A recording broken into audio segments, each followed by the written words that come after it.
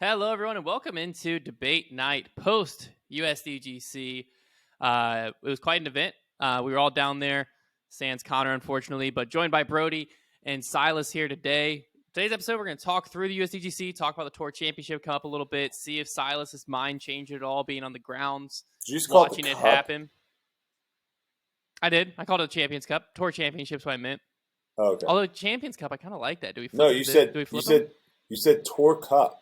The Tour Cup? I like that too. I think you call it Tour Cup. I think we changed the name. I'm sticking with it. Tour Cup.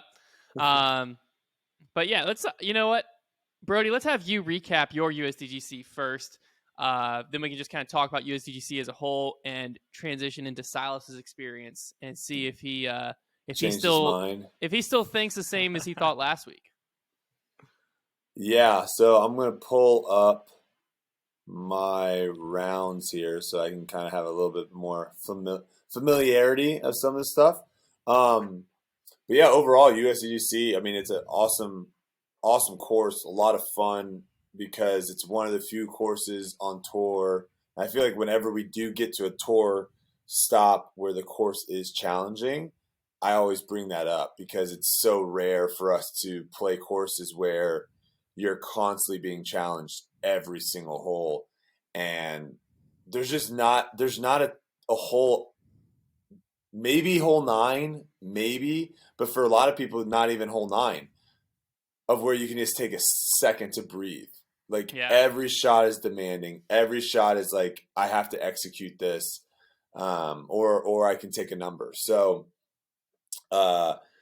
I think a lot of people are a little probably more mentally tired today or yesterday rather than a lot of tournaments coming off of, just because it's an automatic grind 24/7 while you're out there. But my experience out there, I mean, obviously I did better than last year, so that's always good, to improve on.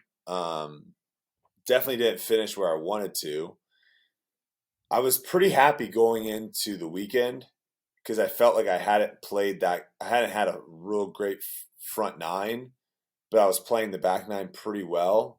And so I felt like if I could just figure out the front 9 on the weekend, I could maybe put myself in contention. Turns out that I would have had to, I mean, I think I was 9 under, and Gannon ended up shooting, what did Gannon shoot to win? Do we know, 30 something? I'll pull it up. He shot very hot final round. So he shot 12 under with a double in the final. So he had 14, or I guess 13 birdies and an eagle, or 12 birdies and an eagle. He shot 33 under to win. 33, yeah. So at the time, 9 under didn't seem that far off because I think the lead was at maybe 15 or something. So I was only 6 back. And so I was like, if it gets windy, who knows? And we talked about this before about what we thought the low rounds were going to be. Practice was all windy. Yeah. Everything, like the lowest wind we had was maybe 8 or 9 miles per hour. The conditions out there was a couple times, where we'd play 4 or 5 holes where the wind would pick up to 9. It would gust over 10 here and there. But the scoring conditions were the best they could have been this week. And I think that's why we saw people shoot as well as they did. So we were pretty off in that, but I think we were expecting it to be a little bit windier and a little harder. But yeah, looking at my rounds, one thing that I was really happy with is I only missed one circle 1 putt on round 2. I didn't miss a circle 1 putt on round 1. Missed 1 on round 2. Missed 1 on round 3, and missed 1 on round 4. So my circle 1 putting was 92%, which was 5th in the field. That was something that has been plaguing me all season.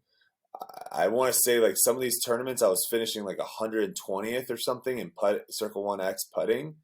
So that's something I've been really working on. So I was happy with how I putted inside the circle. It was something like, what was it? Yeah, I made 35 putts. So I was 35 of 38 inside the circle. So I was very happy with that. So that was good. OB shots kind of plagued me a little bit. Not so much in the sense of like that's why I didn't score well, because I only threw 12 OB shots, which was 18th in the field. So I wasn't littering them OB, but I was throwing OB shots when I was in really good position a lot of times. So like hole 11, I did that twice where I was in perfect position off the tee, and that should be an up and down for birdie, and I threw it OB, took a bogey, and that's 2 strokes right there that you cannot do on this course. But looking at it, the front 7 is really the front 7 really killed me. So round 1, I played the front 7, 1 over. Round 2, I played the front 7, 1 over. Round 3, I played the front 7, 1 under. And then round 4, I played the front 7, 1 over. To finish the tournament, 2 over. 10 under. Yeah. Oh. That was 10 under for the tournament. So like, I played the back half of the course great. Very happy with how I did that. Obviously, there's some misses here and there that I need to clean up, but I sent out a tweet after the tournament saying that this course really will expose you for what you're not confident in. And there were multiple times where the straight backhand shot was the ideal shot. You could get away with throwing a forehand, but the straight backhand was the ideal shot. And I wasn't confident in it. And I went forehand on hole 18. I think hole 18 is a straight backhand off the tee. Hole 1 is a straight backhand. Hole 4 is a straight backhand. There's a couple more maybe in between there. But I went forehand, and I think it was like a safer play in my position at that time.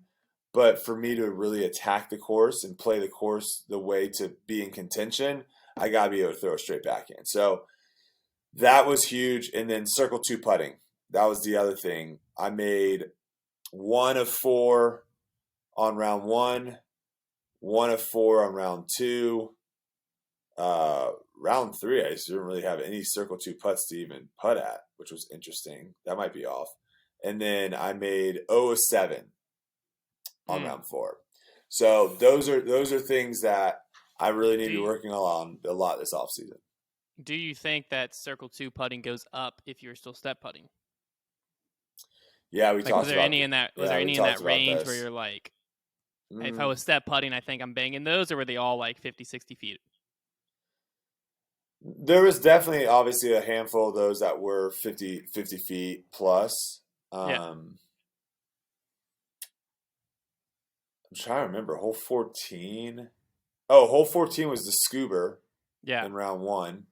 That's what that one was. I didn't make, and then hole 16 was like a 50 footer that I made. That was a really good putt. But that was coming off of 3 birdies, so I confidently threw that one in there. And then hole 8, I mean, I had a circle 2 putt every round, pretty much every round, almost every round on hole 18, and that you just that's just you lay that up unless you're gonna win or something. You just can't do that. So I don't know. I mean, I think there was a handful that maybe my step putt might have given me a better shot, but I also wasn't practicing my step putt prior to this event. So I was trying to make that switch to just more stand and deliver putting from distance. But I don't know. Overall, it's one of those where I'll look back and there's a lot of what ifs, obviously. But I think for me, my big takeaway is this course is a course that I feel like I can be very successful at. Yeah. Just with how the play style, how it requires you to play a certain way. And I just have to get better. I'm just not good enough. I have to get better. So I got to put a lot of work in this offseason. So that way when I get back here, I mean, there was a huge change in playing this course this year and playing this course last year. Yeah. Because like last year, I would actually argue and say that I actually probably played well based off of my skill set. And this year, I would say I didn't play that great based off my skill set. but I obviously got a lot more birdies and finished higher. But well, this year you actually had a overstable driver in your bag, so that also very helpful. Yes, that definitely helped. The flipping nuke as my overstable driver last year was a questionable choice at that. Yeah, you definitely need that out here.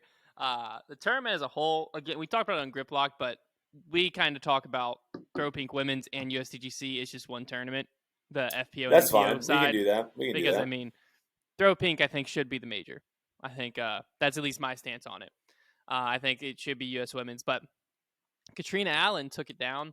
Kristen Tatar was able to come back and finish in second place, and then Hannah Blomers rounded out third. So pretty usual suspects overall. Top three. Well, I mean, the Katrina Allen situation, like that back and forth going into the final, I think it was round 3 is what it was.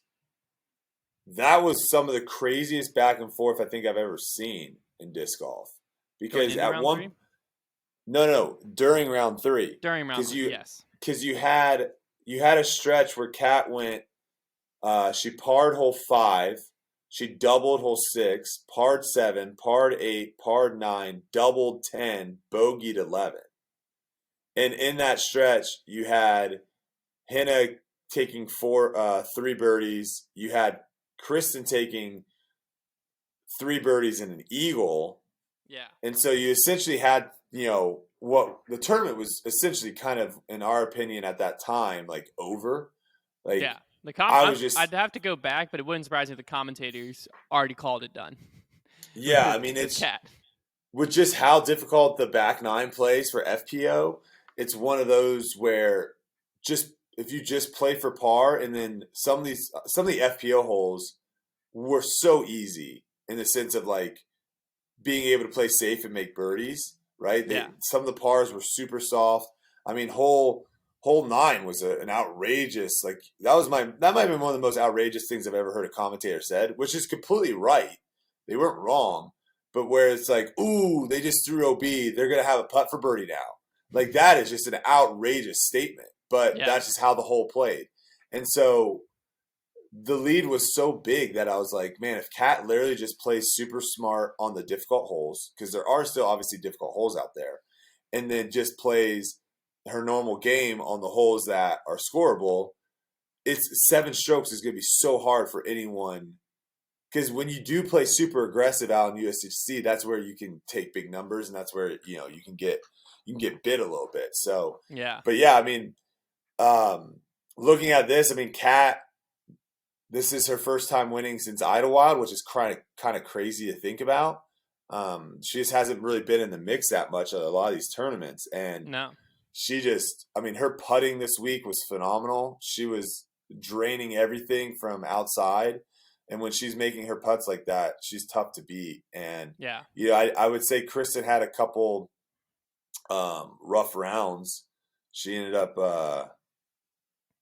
what'd she end up doing? She lost 9 strokes round 1, too. It was Missy, but Katrina was right behind Missy. Kristen lost 8 strokes round 1 to Katrina. Yeah, round 1 but killed was her. able to make up 7 of those 8 in round 3. Yeah. But she lost another 5. Looking at this, she lost another 5. Kat on day 2 was when Kat really tore the course up, and as did Hannah. But that's where Kristen lost another 5. So 7 strokes round 3 made it interesting, but not interesting enough to where it really came down to it. Yeah, Hannah went 10 under with a double. Wow. Yeah. Jeez. 63, and she was 63% circle 1. She ended up missing 3 putts inside a circle. On her 50, on that 10 to under shoot round? 10 under. She shot 3. Yeah, my goodness. She's she one of those. Hannah. She could have got to like 15.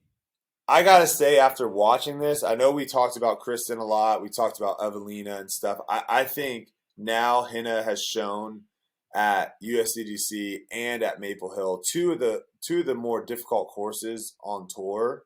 She's shown that if she can get her putting dialed in a little bit, she's going to be up there. I mean, she's going to be up there, right? Yeah. I mean, It's a lot. I mean, it's a lot like Katrina Allen was. I guess it was last year, where it was like it's obvious. It's just one thing to fix. It's like just fix that and you're there.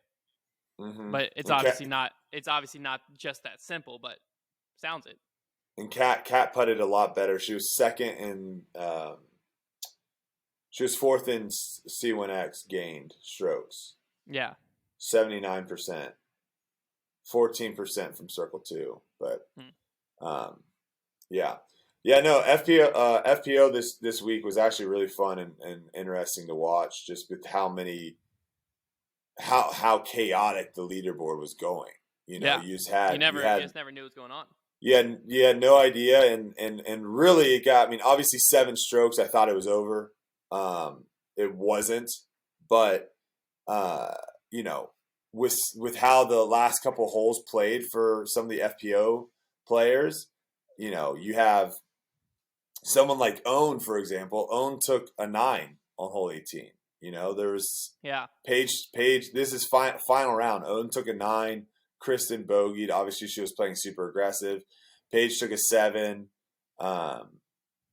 Kat Merch took a 7. Jessica Weiss 7. Rebecca Cox 8.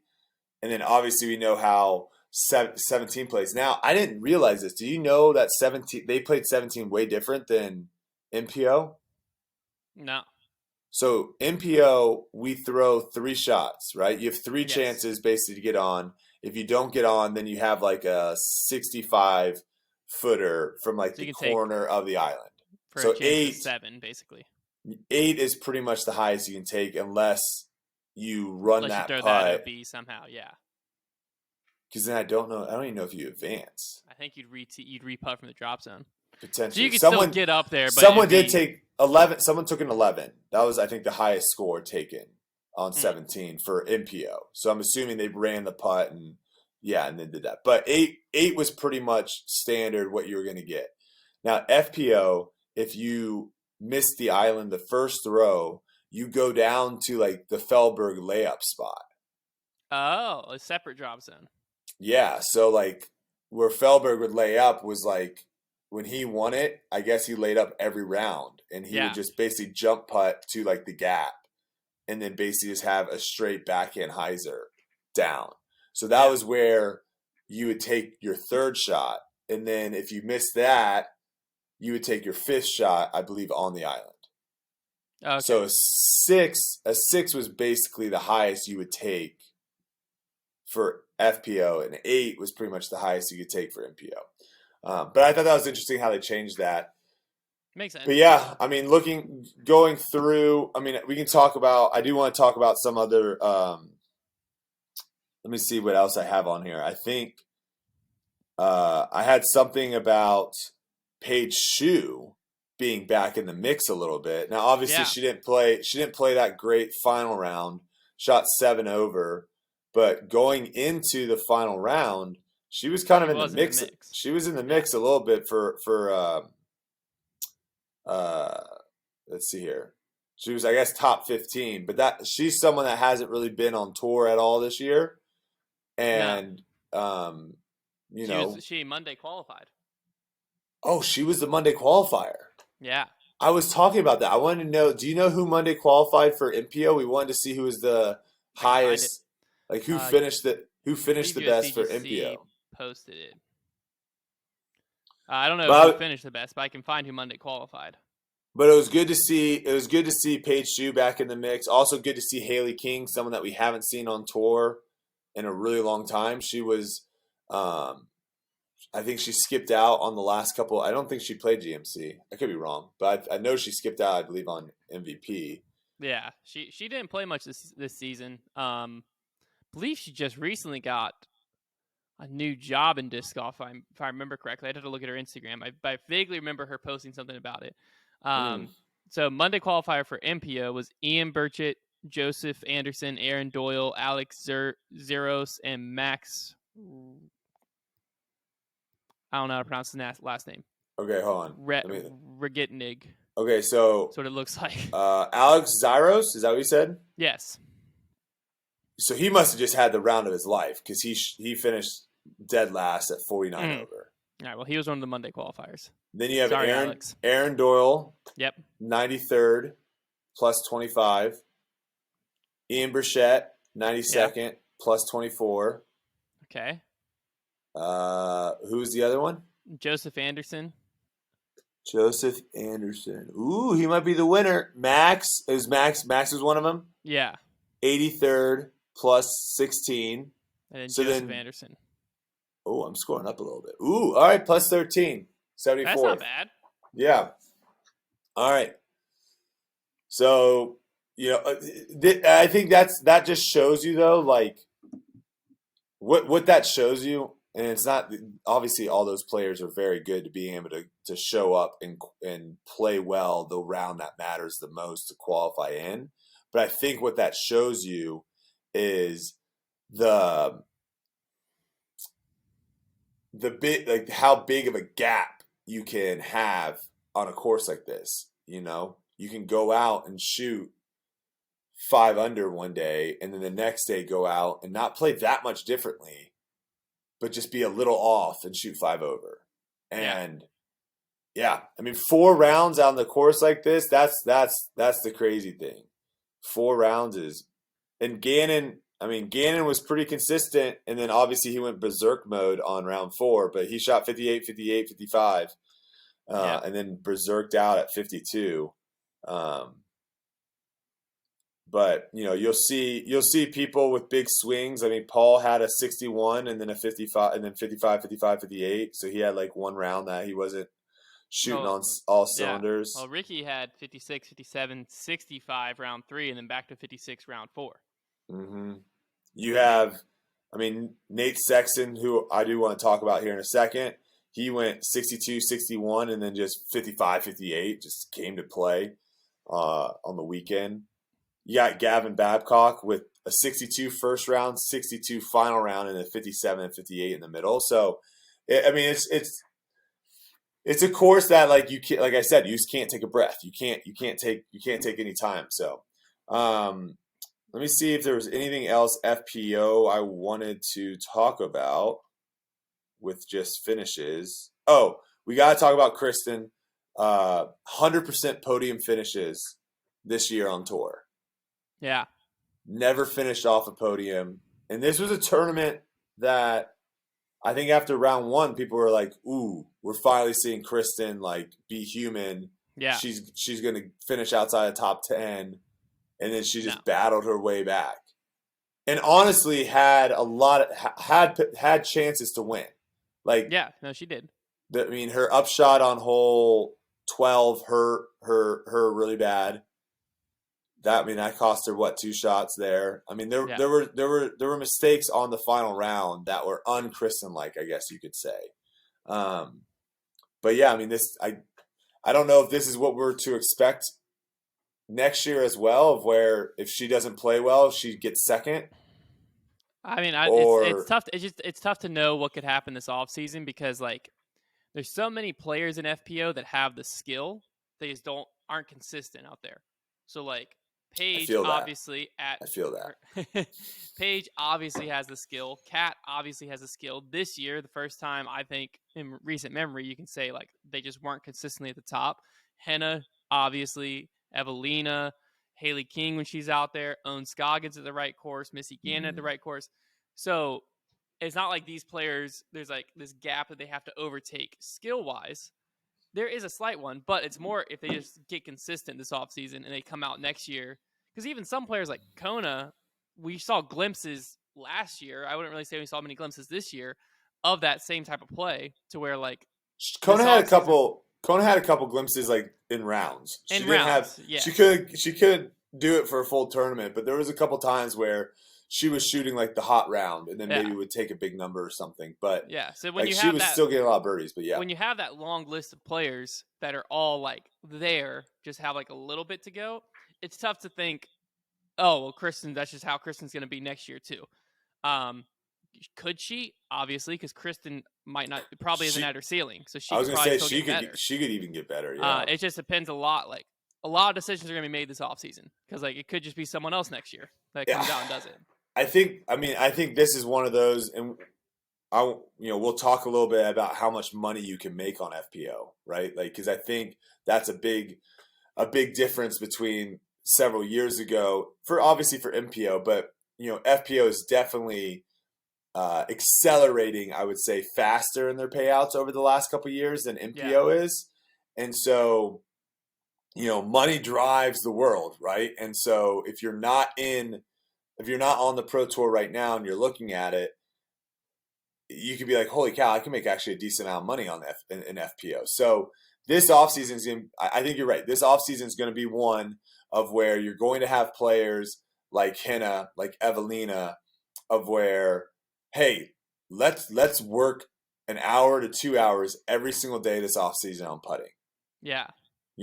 Evelina, let's change my form. My form right now is not great for pressure situations. So let's change it, and let's see how my form, or let's see how I do next year with a new putting form, new confidence, and practicing an hour to two. Because, for me, that was a clear sign of, going 120th in Circle 1 putting to top 10 this tournament.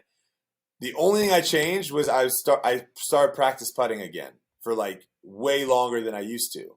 And after my rounds and stuff, like after every round at USDGC this week, I putted for like another hour because it was just one of those where it's like, I got to get the reps in. You got to get the reps in. And so I think that's huge for some of the players out there. And then I think on the flip side, I think like a Missy Gannon, if she developed a forehand, right? Like a 300-foot forehand, 280-foot forehand. That she was 300-foot forehand. I need to develop that thing.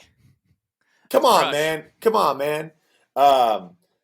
If she can develop a forehand this offseason, I think that's going to bode huge for her going in. Same thing with like Paige. I say Paige. That's the big thing, I think. If Paige can develop a forehand and not have these turnover shots, because we've talked about this a little bit of how some holes are designed for that forehand flare skip at the end, that movement, and you cannot replicate that the same way with a backhand turnover. Yeah. So, you got someone like a Holland Hanley, like she's someone that could have an incredible off season, and she's someone that we have seen. She finished 9th in this tournament. She shot 5 under her final round to finish 9th. She moved up 7 spots. She's someone that can all of a sudden come back on the scene next year and have a massive improvement. And then who knows? There are some people that we might not even know yet that are grinding out there this off season and putting themselves in position. So, well, there's one. I want to talk a little bit. You said you're talking about the money in FPO, and it made me think because last year, correct me if I'm wrong. Last year, once Missy Gannon won $30,000 at the Pro Tour Championship, she set the most earnings for FPO. Correct? Kristen's already passed her prior to the Pro Tour Championship and didn't play everything. So Kristen's already at $68,000 made this year without playing anything, meaning, and the previous record that Missy set last year was 67. If Kristen wins the Pro Tour Championship, she'll be over 100,000 in prize money this year. Yes. Which obviously a big 35% of that would be the Pro Tour Championship. But like you said, Kristen didn't even play everything. Like she missed 2 majors. She missed the European Open and US Women's. 2 majors that could have made her a few $1,000 each. That's probably $14K at least. Like we can probably put $14K in the bank for that. Yeah. So like if she does that, then she's already at like 80 grand. Yeah. So like that just shows how fast this is advancing. Because last year you have the record set. This year someone breaks the record possibly by 40 grand, and then who's to say someone doesn't break it again next year? Now Kristen cleaned house. Obviously, everything she showed up to, first, second, or third. But time out, when you're looking at, because I have this pulled up because I did want to talk about the cash situation. So looking at the top 10 right now, you have Paul at 78K, Ricky at 68K. You have Kristen at 62. So she got 3rd overall. Well, now it's 67. Now it's 68. Oh, that's I guess they don't have USDGC. This is before USDGC. This is before USDGC. Yeah. Okay. Yeah. Then you got Simon at 59, Paige at 55. So right there, you have 2 FPO players in the top 5. Yeah. Calvin at 53, Burr at 48, Dickerson at 45, and then Owen at 41. So you have, and then Cat at 40. And Cat's about to go up another 10. Cat's going to be at 50. Sure. Yeah. So, and then also, and then obviously it drops a little bit. And then the next one's Missy at 37, who's a couple spots, only 2 spots down from Cat. And then you got to go down another another 2 spots for Val at 33. So like, I mean, the difference in MPO and FPO payouts right now is not that significant. It really isn't. And when we look at payouts and stuff, a lot of times with just how different the field size is, you know, playing in the FPO field, like if you are a decent player, you can make a lot of money right now. So that, but I think that's good. I think that's a good thing. I think you want to have that enticing of like, hey, I'm a decent local pro. You know, I'm cashing at all my A-tier events and I'm winning, and like, let me go out on tour a little bit and test it. And I think, you know, I think we saw that, like someone like Macy, she tested that last year and now she's at more events this year. And I think hopefully we see that more next year of where some FPO players are like, hey, let me just test the waters. I'm going to play in these 2 or 3 events that are somewhat close to me, and let me see where I'm at. And if they have good finishes, then, you know, maybe they start touring more next year. So, yeah, I just thought that was fascinating to see the amount of money you can make on tour this year. Yeah, no, for sure. Now, on the MPO side. Let's talk MPO. Gannon obviously took it down. Everyone's posting he's the youngest USDGC champion. Surely he's the youngest major champion. I mean, I don't know how to look that up. Well, but the problem with that is you got like what, 15 junior 15. Aren't those majors? See, that's the thing. That's not, I know. But like, I know, but they're probably counting that. That's what I'm thinking. Like, if you count that, then obviously, you know, sure, Gannon's not the youngest major champion ever. But AM majors aren't pro majors. So like, quick time out though. We need to promote just before it gets too long in the podcast and people, you know, our haters stop listening. We got to promote the call-in. We're taking your guys' calls this Thursday night at 7 p.m. Eastern? Thursday night, 7 p.m. Eastern. All you need to do is have a Twitter account. Everyone can create a Twitter account. You can have an egg. Doesn't really matter. Takes 5 seconds, so there really isn't a reason not to have one. This is the easiest way of doing it for everyone. And just create a Twitter account. Be ready for the link to be sent out at 7 p.m. and just join the link and you'll jump into the Twitter space, and then you just like request to talk. You'll get thrown up to the top. I'll see that you requested.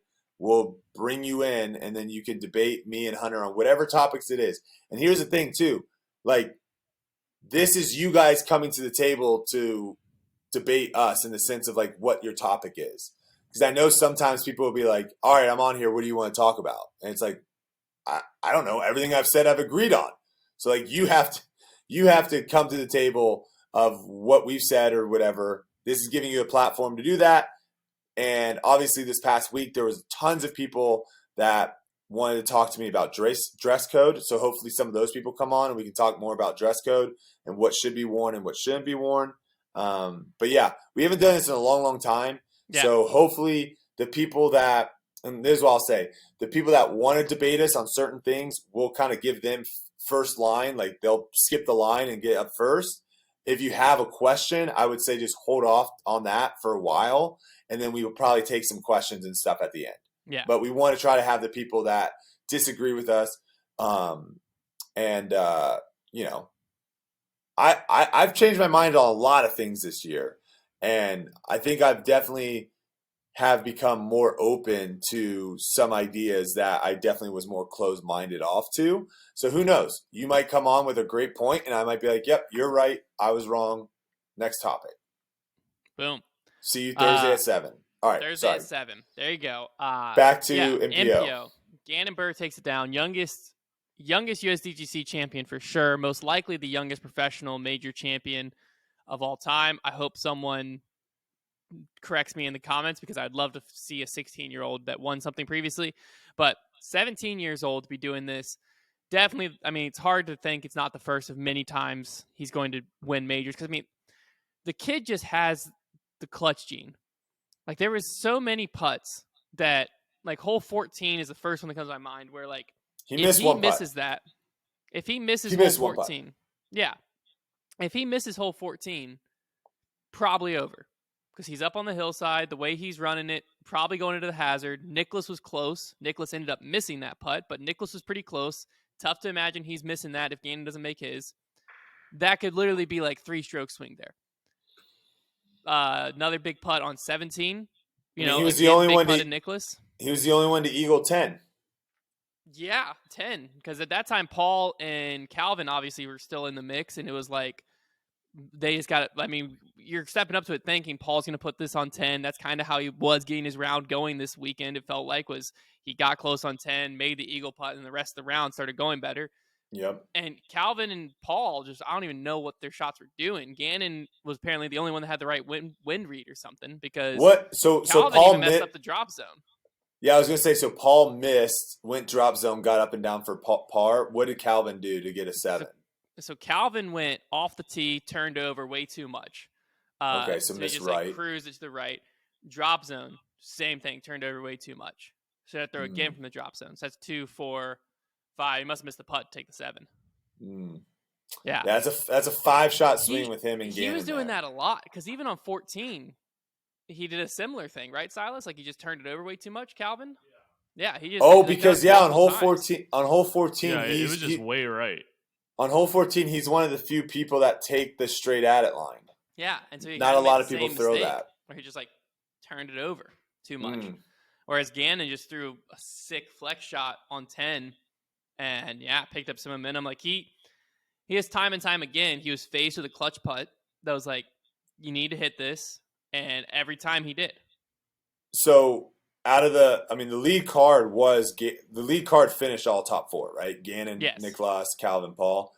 So Paul was one. I mean, and we've talked about this too. Like the starting stretch at USDGC is very difficult. The first 4 holes, not so much difficult in the sense of like you can take big numbers, but very hard birdies to get. Paul was 1 over through the first 4. Calvin was even through the first 4. Nicklaus was 1 under through the first 4, and Gannon was 3 under through the first 4. He gained 4 strokes on Paul, 3 strokes on Calvin, and 1 on Nicklaus. He hit that long putt on 1 to start his round. He was like short of the log. He was short of the log. Yeah, and drilled that. God, I saw that. Well, I saw the highlight of that. That was, I mean, he was in straight aggressive mode, but I think maybe spectators or maybe fans realize this at this time, but you have to be so good at putting. Yeah. If you want to win one of these things and it's not windy, because that was the thing. When it's windy, putting is way more like strategic of like how aggressive you want to be or like changing your putt so that you give a chance to make it, but it doesn't get thrown away by the wind. When it's unwindy, when it's not windy, like it was this tournament, it just shows you how good everyone is at the top at putting and how you literally just have to freaking chuck them in there. And if you're not going to win. You're just not going to win. Yeah. Crazy. Yeah, I mean the kid's good. The kid's very good. It's no surprise. We've known this for a long time. Well, that's what's so weird. He's been in contention forever at almost every tournament, it feels like. It felt like a long time coming, and then he won, and I was like, man, finally. And then I was like, Hunter, he's 17. Yeah. Like why do I have this feeling of like, finally, like this was such a long time coming when this is his like first year fully on tour, I think. Yeah, but I mean, even last year when he jumped on the scene at Waco, he was like in the mix there. So I mean, he's been in the mix for the last 2 years at a lot of tournaments, and I think that's where it feels like, man. But it's like you said, it's not like a journeyman that's been on tour for 7-8 years and then finally gets his win. Yeah, he's just had like the career a 7 or 8 year like veteran pro has had on tour of where they're in the mix maybe a couple times every year. Yeah. He's had that career in a year and a half now.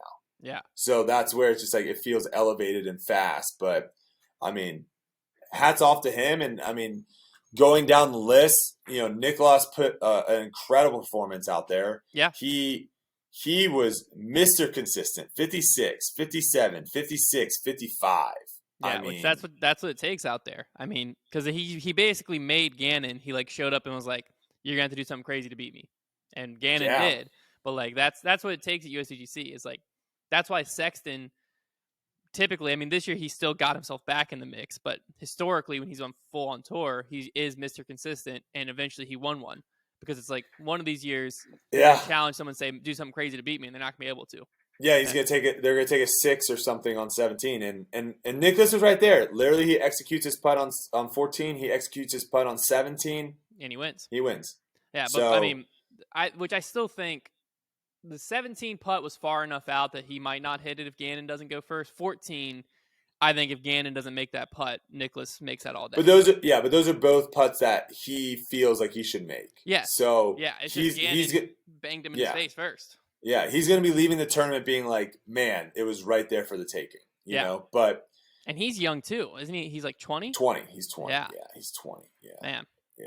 The future of disc golf's wild because we also had Jake Mon burst on the scene, who's also, I think, 17. Let's get to him in a little bit because he's a little bit further down the leaderboard. I do want to go down the leaderboard a little bit here. Calvin Heimberg, obviously no surprise. No. Last year, probably should have won it last year, but had that terrible, unfortunate break happen on 17 where his putt like stood up and rolled OB. But Calvin's always going to be in the mix at this tournament. I feel like it's going to be rare for him not to be. His game suits this course very well, and he's an incredible putter, and it's no surprise he takes third. The one surprise, and obviously we talked a little bit about already on hole 10. The one surprise is he was 1 over par on hole 10.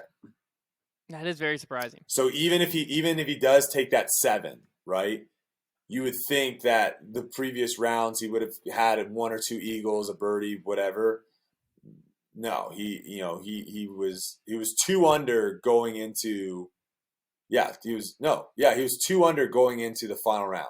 And it was 3 over on the final round, yeah. And then 3 over. It makes it because Nicholas's play was I'm laying up every round. That's what I did. Layup, birdie. Layup, birdie. And that's a very easy way to do it. I think that might have been a mistake, though. I agree. I think not for Nicholas, because I think for Nicholas I think also that distance is that distance that is kind of right on the iffiness for him, probably. Yeah, I was saying it was a mistake for me. I think I should have gone for it. When you said you didn't go for it, I was very surprised. Yeah, I think it's one of those where it's like you either go for it every single round or you lay up every single round. No, yeah, like, I don't think you just have that mindset because it's midway in the round, so it's like it's almost too early to be like, unless you're 5 or 6 back and I got to do something. If you're like in the mix, then it's too early in the round to change your game plan and be like, I need to be really aggressive here. I feel like where it falls, but 15 eagles are on that hole. So basically 15% of the field eagled that hole on the final day. Yeah. It's definitely an eagleable hole. Joel Freeman, sniped the course record at 52, only for Gannon to tie it with a double bogey the final round. But that kind what the heck? Shot Joel Freeman back up into the mix. He went 65, 60, 52, and then 57 to kind of hang around. What the heck? That was an incredible round. And then obviously Ricky too looked like he was just going to run away with the thing potentially after the first 2 days. Well, after 2 days he was tied for the lead, or he was in the lead. He was tied for the lead with Jake. Yes, with Jake Mon. Yeah. Yeah, and so everyone was like, Jake's going to fall off, so Ricky's got this, right? Yeah. I saw a stat where when Ricky was tied for the lead through 2 rounds of a 4-round major, it's a 50% win percentage historically. So I think it was on the Heiser Club Mailbag, our Patreon podcast, we flipped a coin and said heads Ricky wins, tails Ricky loses, and the coin landed on tails. It was right. Wow. Think about. Paul finished top 5, 4th. No surprise there. Matty O sneaks into a top 5. Yeah, in that last round, he kind of slowly got up in there. Yeah. No surprise. Matty O is just very, very good at disc golf. Isaac Robinson, another person that's very good on this course. obviously a very good disc golfer as well, winning on tour this year and being kind of in the mix at some of the other majors as well. But he finished 6th. We talked about Ricky at 7. Joel Freeman we talked about at 7. Kyle Klein, who was in that playoff last year with Paul, finished 9th. Honestly, he could have probably been in the mix too, but it looks like he was just kind of he has had too many bogeys. I don't know if it was because of OB. Let me look real quick. He only threw 2 OB shots the final day. But yeah, I mean, there was he went on a stretch the final day where he had 1, 2, 3, 4, 5, 6, 8 birdies in a row in the middle of the middle, which is impressive. That middle stretch is not the easiest stretch on the course. So, and then last to talk about going down the leaderboard, for me at least, maybe there is some other people in there you want to talk about, but Nate Sexton, playing just good enough to squeak in a solo 10th, which now is 14 top 10s in majors.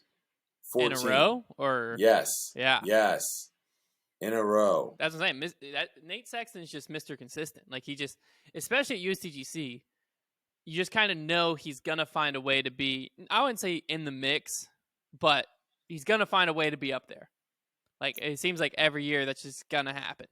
Here's the thing, too, is like, these stats are actually starting to get more and more impressive, right? Yep. Is if you told me, the Kristen Tatar stat, right, of where the last person to do what Kristen Tatar did was in 2015, Katrina Allen. Yeah. And like, okay, hats off to Katrina, great season, but 2015 FPO is nothing like 2022 FPO. Yeah. So like, you can't compare the two and saying like, oh, they were just as good as seasons. Like, no. And I think it's the same thing of where, if someone was like, yeah, well, this person though had 20 top 10s in a row. And it's like, okay, from what years? And they're like, from 1990 to 2000. It's like, they're competing again. I mean, they had to beat like 2 people to get in the top 10. Yeah. Like, this is, I mean, there's a lot of good players that did not make the top 10 this week. No, that's what I was going to, like, when I was looking down the leaderboard, what I always like to do a term like this, where it is so many variances, like, go the opposite direction. Which players surprised me with how, I don't know if bad they played. You want to start from the bottom and go up? That's what I always like doing. I already did it a little bit. First, I'll say Chandler Kramer surprised me. No, mainly not because typically this is a tournament that forehand players do well. Nope. Yeah. Nate Sexton. No. Time out. Me and Ezra had this conversation for over 2 hours yesterday. This is a forehand tournament. We went through the course.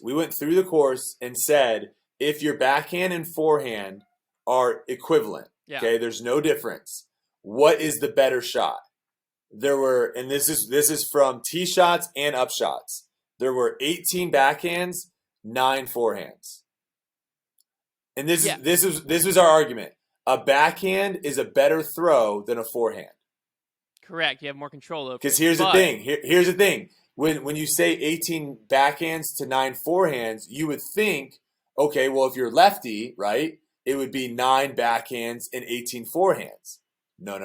It was the exact opposite. It was almost the same of where it was 18 backhands with lefty, 9 forehands with lefty. And it's because the backhand is just a better throw. Here's what I'll say. It's just a better throw. Here's what I'll say.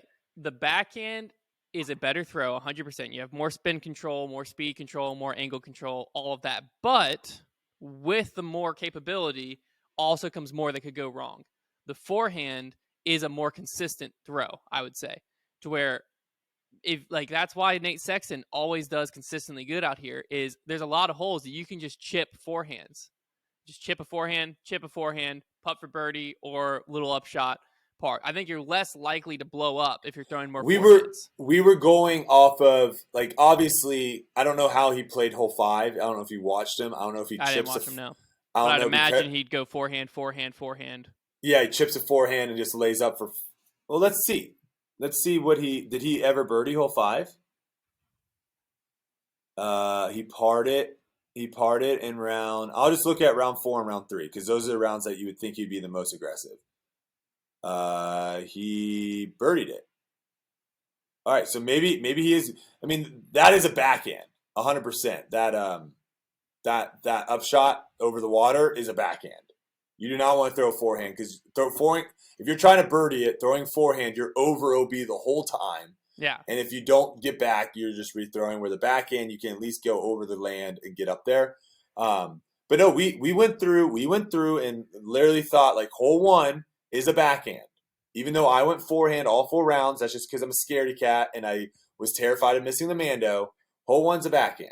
And there's a lot of holes like that of where the backhand is the play. Hole 16 is a backhand. You can park it with a forehand. You can park it with a forehand. Historically, it's been a forehand. You can, but it is a backhand this year. It's a backhand. I mean, maybe this year. Maybe. Hole 18 is a backhand. That tee shot is a backhand. Yes, but you can still, like, what I'm saying is, like, all of these are a backhand, but if you have a good enough forehand, I think you'll be more consistently good with the forehand. Like, you might not park it. Like, 16, you might not park it every time, but you're probably going to be OB less with a forehand. No, highly disagree. You'll be OB more with a forehand. Yes, because it's a much tighter gap. If you clip one of those trees, you drop down into hazard. If you push it too far, you drop down the hazard. I don't know. I disagree. I think you can shank your backhands. It never makes sense that it's a forehand tournament. That's the thing. I know. You think through it. It never makes sense, but year after year. Do you want to go through it right now? That's what I'm saying. It doesn't make sense. It's a forehand tournament, but you watch it and you watch forehand players dissect it. It's a forehand tournament. You're not going to convince me. You could read me every stat. You could look at everything in the world. No. This is why you think it's a forehand tournament, though. It's more forehand dominant. Like, it's more an advantage for people that have good forehands than most courses. That's why you think it. But it's still backhand. Backhand. You're throwing backhands. If you're lefty, or honestly, it's a lefty backhand course. Is really what it is. Because lefty backhands, we went through it, is so nasty on so many of these holes. A lefty backhand is so on hole 12. A lefty backhand is disgusting. You don't have to push that tree on the right because that's super dicey, and it's coming into the hillside. You can get way up there, and then you can throw a lefty backhand upshot where you're coming in from the flat part and not having to come in on the hill. I mean, a lefty backhand on this course is disgusting. And, but no, a righty forehand is not. Okay. And anyway, so we'll scroll farther down. Chandler Kramer shot 15 over. Yes. And he's a very, very good disc golfer. That's why I was surprised, because it's clearly a forehand tournament and he played very bad. Let's see. Didn't one of you guys pick Silas Schultz? He was my dark horse pick. We're not going to talk about him, man. Okay. We're not going to talk about it. We're just going to ignore it. We're just going to go right by him. Coling, surprised. Simon Lizotte, very surprised. Simon was a player that I thought he could do something out here. Obviously, I don't think that's not a reach. You skipped past the second place world champ. Second place at Worlds. Aaron Gossage. I was saying people, I was surprised. Oh, okay. I wasn't.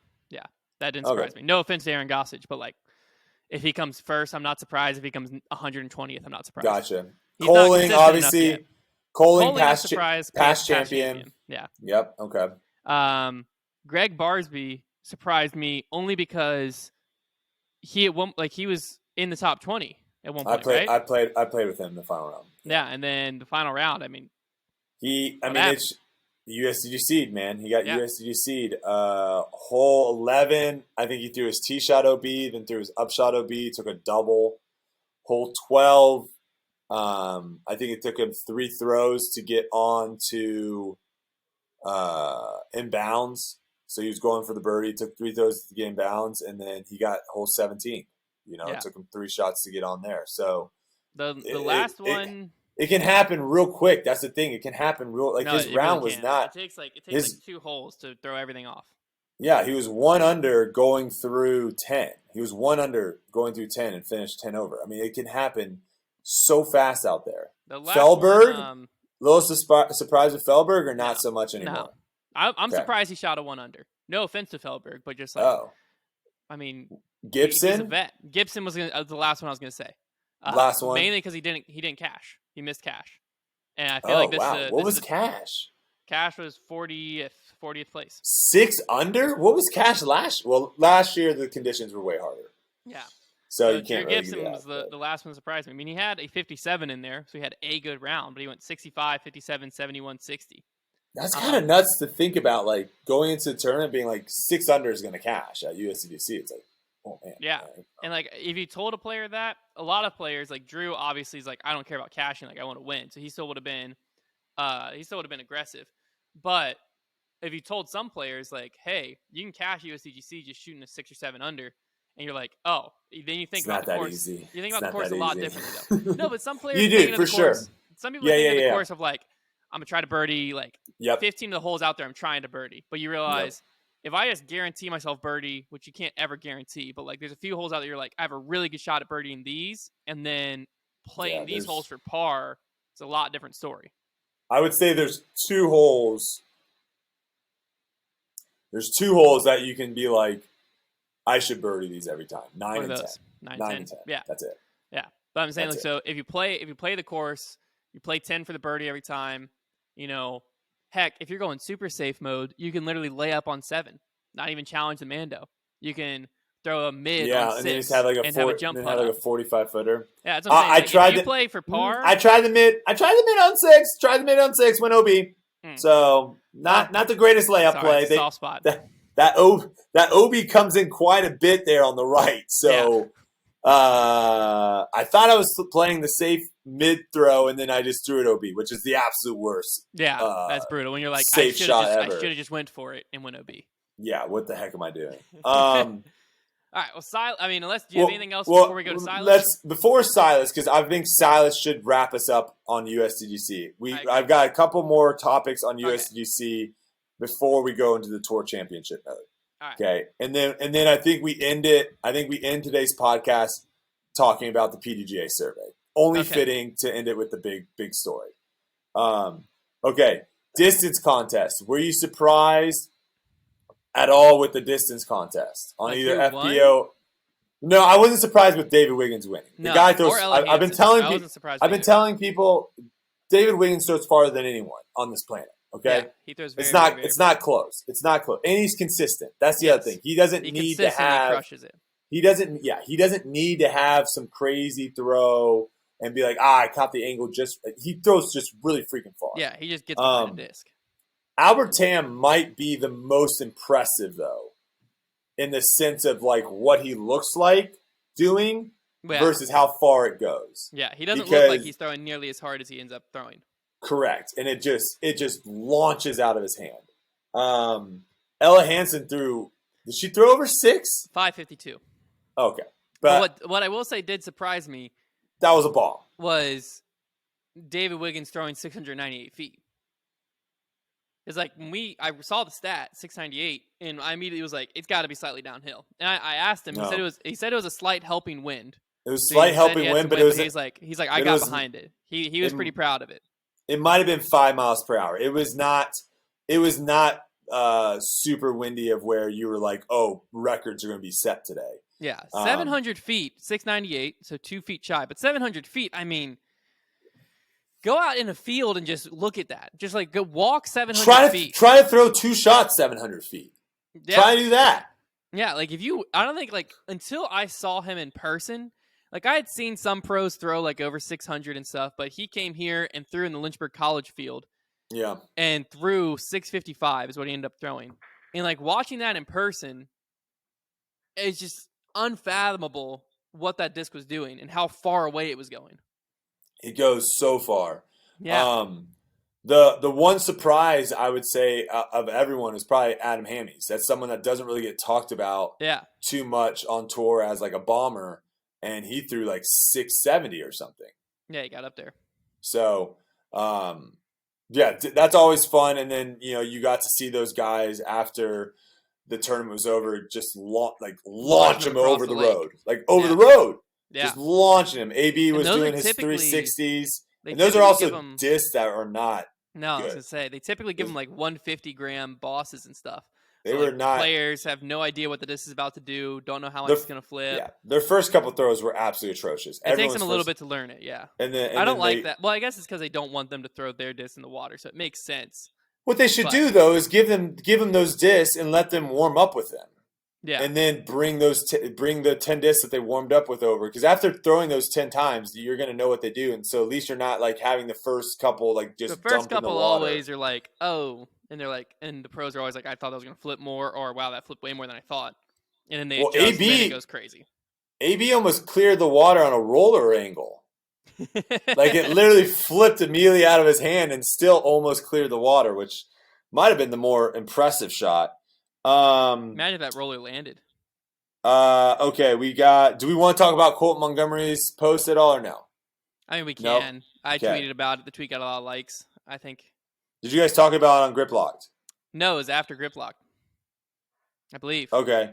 I mean, we don't have to necessarily talk about him per se, but we can talk about like the idea of that, because I will say he might not be the only player to have those opinions on this course as it being gimmicky. No, he definitely isn't. Which is different than janky. Let's just, those two words are way different. Because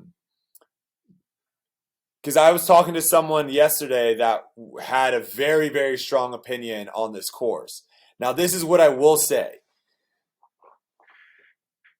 I'm not sure how well some players do at being able to remove themselves from their performance, whether it's good or bad. Yes. Because I do think some players perform well at certain tournaments and think the tournament is incredible.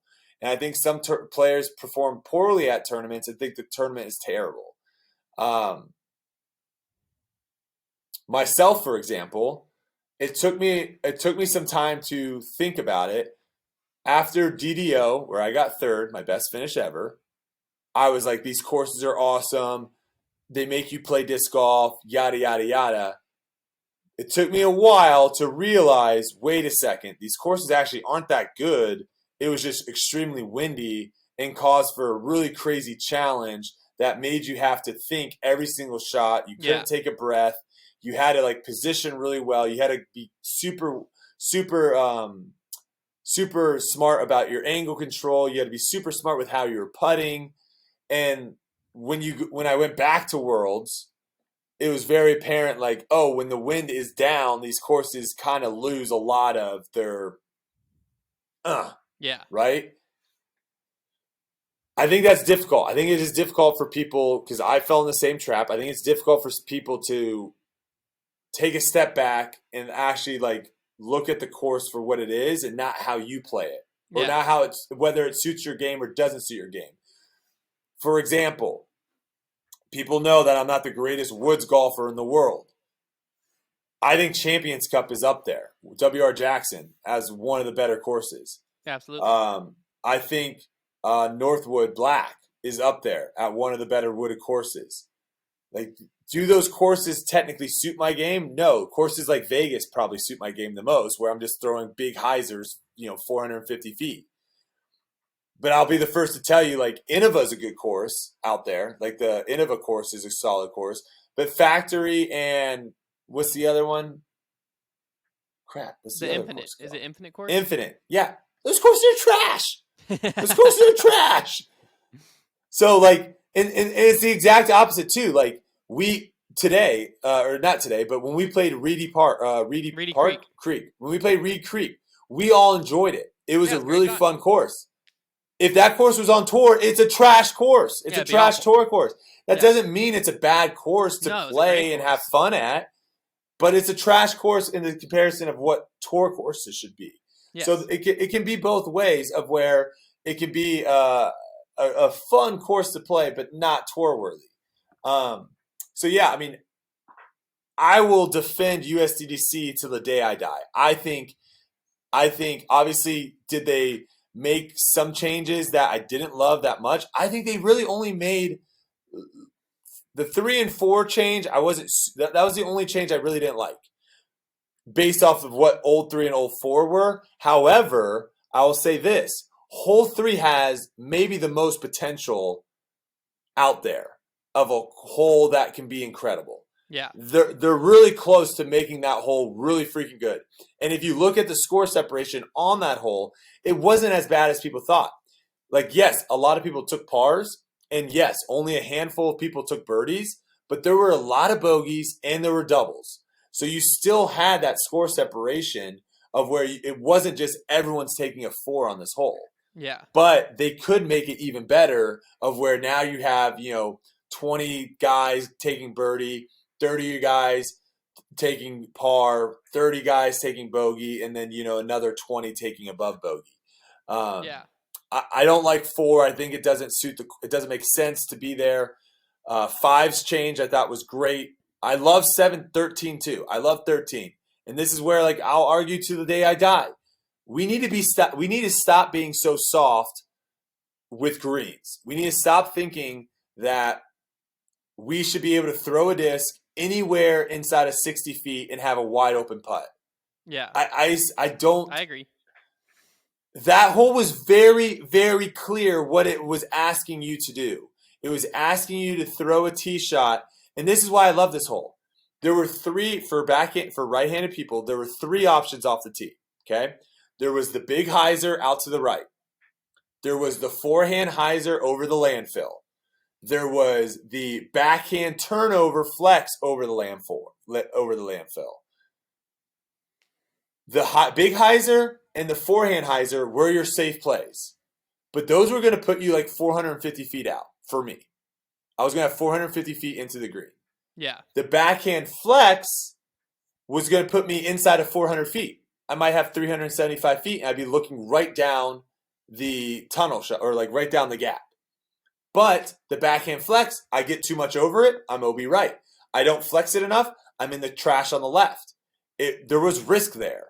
And so if you don't want to take that risk, you now have a 450-foot shot, and that's going to be a very, very difficult shot. Yeah. And so you can't be upset that, oh man, there's 4 trees right in front of the basket and I hit those trees, or there's trash behind the basket, or if you are 350 feet away, which is what they were trying to make you do, it was a pretty standard mid-range shot out to the right, have it fade in to 20 feet, and you have a wide open putt. That is what the hole was requiring you to do. And if you didn't do that, you suffered. Mm-hmm. And I think that was one of the best holes on the course for what it was asking you. Was it the worst looking tee shot on the course? Absolutely. It looked terrible. Yeah. But it was functional. For what it was a super challenging hole for players. Yeah. And you had to make a decision what you wanted to do. And I saw people play the hole beautifully and take birdie, and I saw the people play terribly and take double. That's what you want. And I will defend that till the day that I die. Yeah. The thing I won't defend about USDGC, they do not have control. Winthrop can decide, hey, one of our kids grass length this time, or one of our kids got hit with a frisbee, or one of the faculty members' cars got dented with a frisbee, or a baseball player hit a ball out of the park and hit a spectator in the head. We don't want the tournament here anymore. Yeah. Or you guys have 10,000 people on the grounds now. We can't handle that. We don't want the tournament here anymore. They can decide at any point, you're done. We're done with this. We don't want it here anymore. So that is scary to me. And I wish this is one of those things where I said the same thing about GMC. I wish you could just take the course and grab it and pick it up. The only thing I would do differently though is when I picked it up, I would take hole 5 and I would shift it and remove hole 16, and I'd put hole 16 where hole 5 is, and I'd put hole 5 where hole 16 is. And then drop it somewhere else, and then boom. The tough part, though, because when I was back there, I was looking at it with a mindset of this tournament, when I walked onto the premises, I had the mindset this tournament needs to move in the future because of what you were just saying. Also, just as the sport grows, there's just do you want to be playing where it's so obviously not just a disc golf course? Some facets yes, some facets no. But what I think is very tough is the amount of parking that you can have at Winthrop is great. I mean, there is thousands of people out there, and it didn't feel packed. It didn't feel like they couldn't handle more. How was parking for you guys? Pretty easy fine. to come in and park? Yeah, we had day passes, so we parked down past where player parking was last year. in a field back there, and you just walked up and you're at hole 5. They have the Spectator course set up right next to where the day passes park. Fantastic. So it was fine. Yeah, and we were the worst parking of it all. So if it was good for us, then I know VIP, they park next to hole 12 and stuff like that. So it was great. They have that huge area, like you said, for like the little disc golf course for spectators, but they have that huge like tournament village, I guess is what, or championship village, I think is what they're calling it. Yeah. With all the food trucks and everything, and it's like it's going to be it doesn't so hard feel to replicate super crowded. all of it. Yeah, because like the tournament village was awesome because they also had that big LED screen where you could watch. So like sick. Liz and I obviously brought our 2-month-old. So with a 2-month-old, we didn't want to get too close to the cards we were following because we don't want a crying baby to distract anyone. So we were watching from pretty far away, but we could watch from far away, still see what's going on. And then when he needed to eat, it was very easy. We just go into Tournament Village. It's loud in there. People are talking. They don't notice a crying baby if we're changing them or whatever. But there's a screen. We could watch it. So we sometimes sat in the tent and watched it in the tent. Sometimes we watched it on the big screen. And then there was just tons of vendors and food trucks. And they had world champion pizza there. It was incredible with cannolis. And anyways, so it's just like the whole experience while I'm walking around, like on one hand, I'm like, yes, we need this spot to be somewhere else. Can you replicate that? Can you do that, though? Right now with disc golf. Like how much land you would need and what you would have to do, like, I don't know. I don't know if I think it needs to move anymore because like the experience as a fan there is so hard to beat elsewhere because you never felt crowded. There was so much for you to do. So like if you were, if like, you know, we showed up and there's like some downtime between when FPO was done and when, you know, MPO lead was going to tee off, we used it to get lunch. Other people were playing that little like edge putter course. There was like, go test how fast you can throw a disc on the speed gun. There was putting tournaments going on. There was a spectator course. There was obviously tons of vending going on. There's so much to do as a fan that like you could, like we went out there and we were out there from 10 a.m. to 6 p.m. and never were bored. There was never a moment. You probably didn't even do everything. Yeah. No, there was never a moment where I was like, man, you know, just kind of twiddling my thumbs, which that happens at other tournaments. Like there's other tournaments where there's like, all right, well, FPO finished. We got an hour till MPO lead tees off. Like you want to just kind of watch people tee off on one, or like you want to go grab some lunch and come back. Like, no, like there was so much I wanted to do that I was they keep you on the grounds. They keep you on the grounds, and that's the most important thing. You don't have to leave. I missed lead card teeing off on 1, 2, and 3. I just caught him on hole 4 and 5 because I was like, we were in the championship village. I was talking to Jomez, and I was, you know, doing different stuff in the village. And I was like, we'll catch lead card. Like I got so much going on right now. This is so much fun that like that aspect, I don't know if you can get if you move it. And I think you see that like the other course that like jumps out at me right now is like Maple Hill, right? But that to me, they have a lot of questions that they're trying to figure out because like obviously parking was an issue this year for them, and if they want to continue to grow, that does feel crowded. Yeah. It does. It does feel like they're trying to put a lot of stuff there, which is awesome. But like you said, it's not separate enough. Like their tournament village or whatever is literally right in between hole 1's tee and hole 18. Like it's very, very close. Where this was like obviously it's kind of close to hole 7, like on the backside, but still pretty far away. The setup there, the setup there seems so good. And like you said too, so many of these courses that we play at, what you just said is so right of where there isn't a question of like, hey, what do you want to do next? It's literally just, let's just watch lead card. And so that's why when you look at it, there's literally no one else anywhere on the course and everyone's just watching lead card going around and around. This course, you had people posted up on hole 1.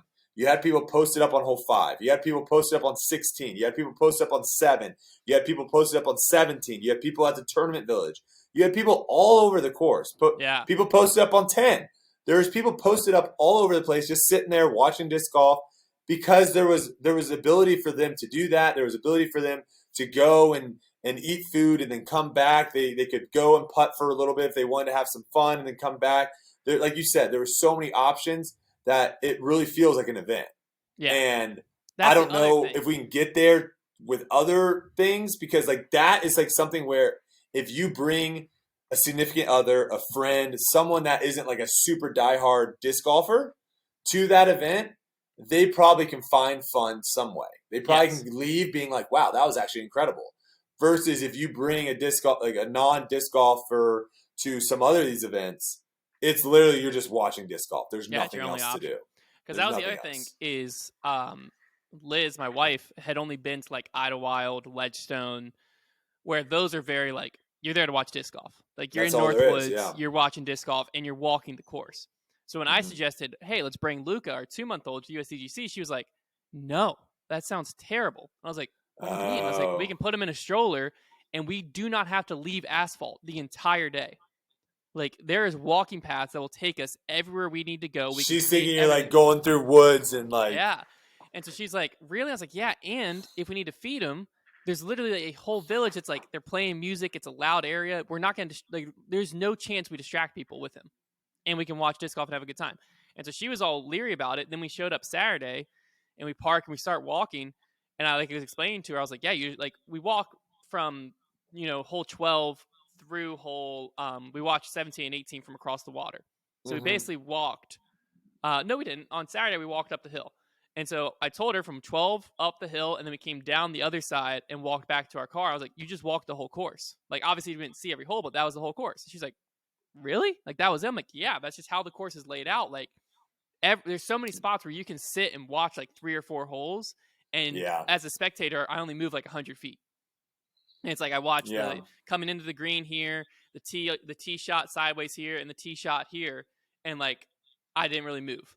And so as a fan, like, that's ideal. And that's another thing that I don't think you can get somewhere else, because having those asphalt walking paths and parking lots that you're constantly through, and you can just flow through the whole course so easily and get from hole 12 to hole 7. It'd be hard to replicate without a lot of money. Without a lot of money, it'd be hard to replicate. That's the college campus aspect, where they already have it, where you need to be able to get from the Coliseum to wherever. Like, you need to be able to park and get different places quickly. So they already have all the asphalt walking paths and trails and everything done. And then the disc golf course is just beautifully designed to flow around it, to where as a spectator, maximized what they have. Yeah, as a spectator, it was just it's so easy to follow. And I was like, this was the first year I was thinking it from that aspect, and I was like, I think I take it all back. I think we try to stay at Winthrop as long as possible, because it's so hard to replicate. I'm with you. I'm with you too. Like, I think I've changed my mind too, because I think we both were on the same page of like, we got to get the course out of here. But it's like, dang, it is actually done really, really well. Yeah. What do you think the chances are, like, convincing Lizzie to, like, come back down next year after she's been 100%. There already? Super easy now. Super easy. Yeah. Because we were literally talking about it Saturday night, because Luke has also been going through some, like, stomach issues where he's been fussy a lot. And so Saturday night, she was like kind of worried about tomorrow. I was like, well, today kind of went great though. I was like, tomorrow, I was like, don't you see what I'm saying? Like, even if he's fussy, she's like, yeah. She's like, next year it's going to be so much easier. Like, I didn't have to say anything to her. She's already saying next year it's going to be so much easier. Idlewild, awesome. To get her back to the Midwest, Idlewild, I think I'd have to bribe her. I think I'd have to, like, literally pay her to come with me, because, like, now that trip there was like a tornado warning and stuff happened where she was just terrified out there. Makes sense. Yeah. But also, like you were saying, you get out there and, like, that's a diehard disc golf fan. We could be at USDGC 4 days, and my wife would enjoy every day. Yes. If we're at Ledgestone 4 days, she's gonna have fun one of the days. That's about it. And, like, you have to be a diehard fan. Yeah. You have to be a diehard fan, and I think the way that USDGC does it, like, it's like it sets it up for non-diehard fans to still really enjoy themselves. Yeah. And that's how you grow it. That's how you get bigger. Now, not everyone going to an NFL football game is going because they are diehard football games. They're going because it's a fun entertainment experience. Yeah. Heck, sometimes people, I would say a lot of people, especially in NFL, you go to a Cowboys game, there's a lot of people there that are not Cowboys fans. Yeah. There's there for the experience. You know? A couple things left that we can go over quick, and then I'm ready to hear Silas talk about how he thinks he can shoot plus 20 out there. Nico was in the gallery. Yes. He's out there. I'm a little surprised by that, mainly because I thought he just wasn't allowed to be at anything PDGA. He's suspended from playing. So you can still show up. He can show up. That's interesting. That's interesting. That seems like a little bit of a loophole there. I think in Nico's situation, it was fine. You know, he's out there Yeah. I'm saying though, rolling, loophole in the sense of in what some the rules situations are. that could be in some situations that could be very dangerous. I Like, guess maybe not dangerous is the right word, but maybe it is the right word. Well, I got suspended.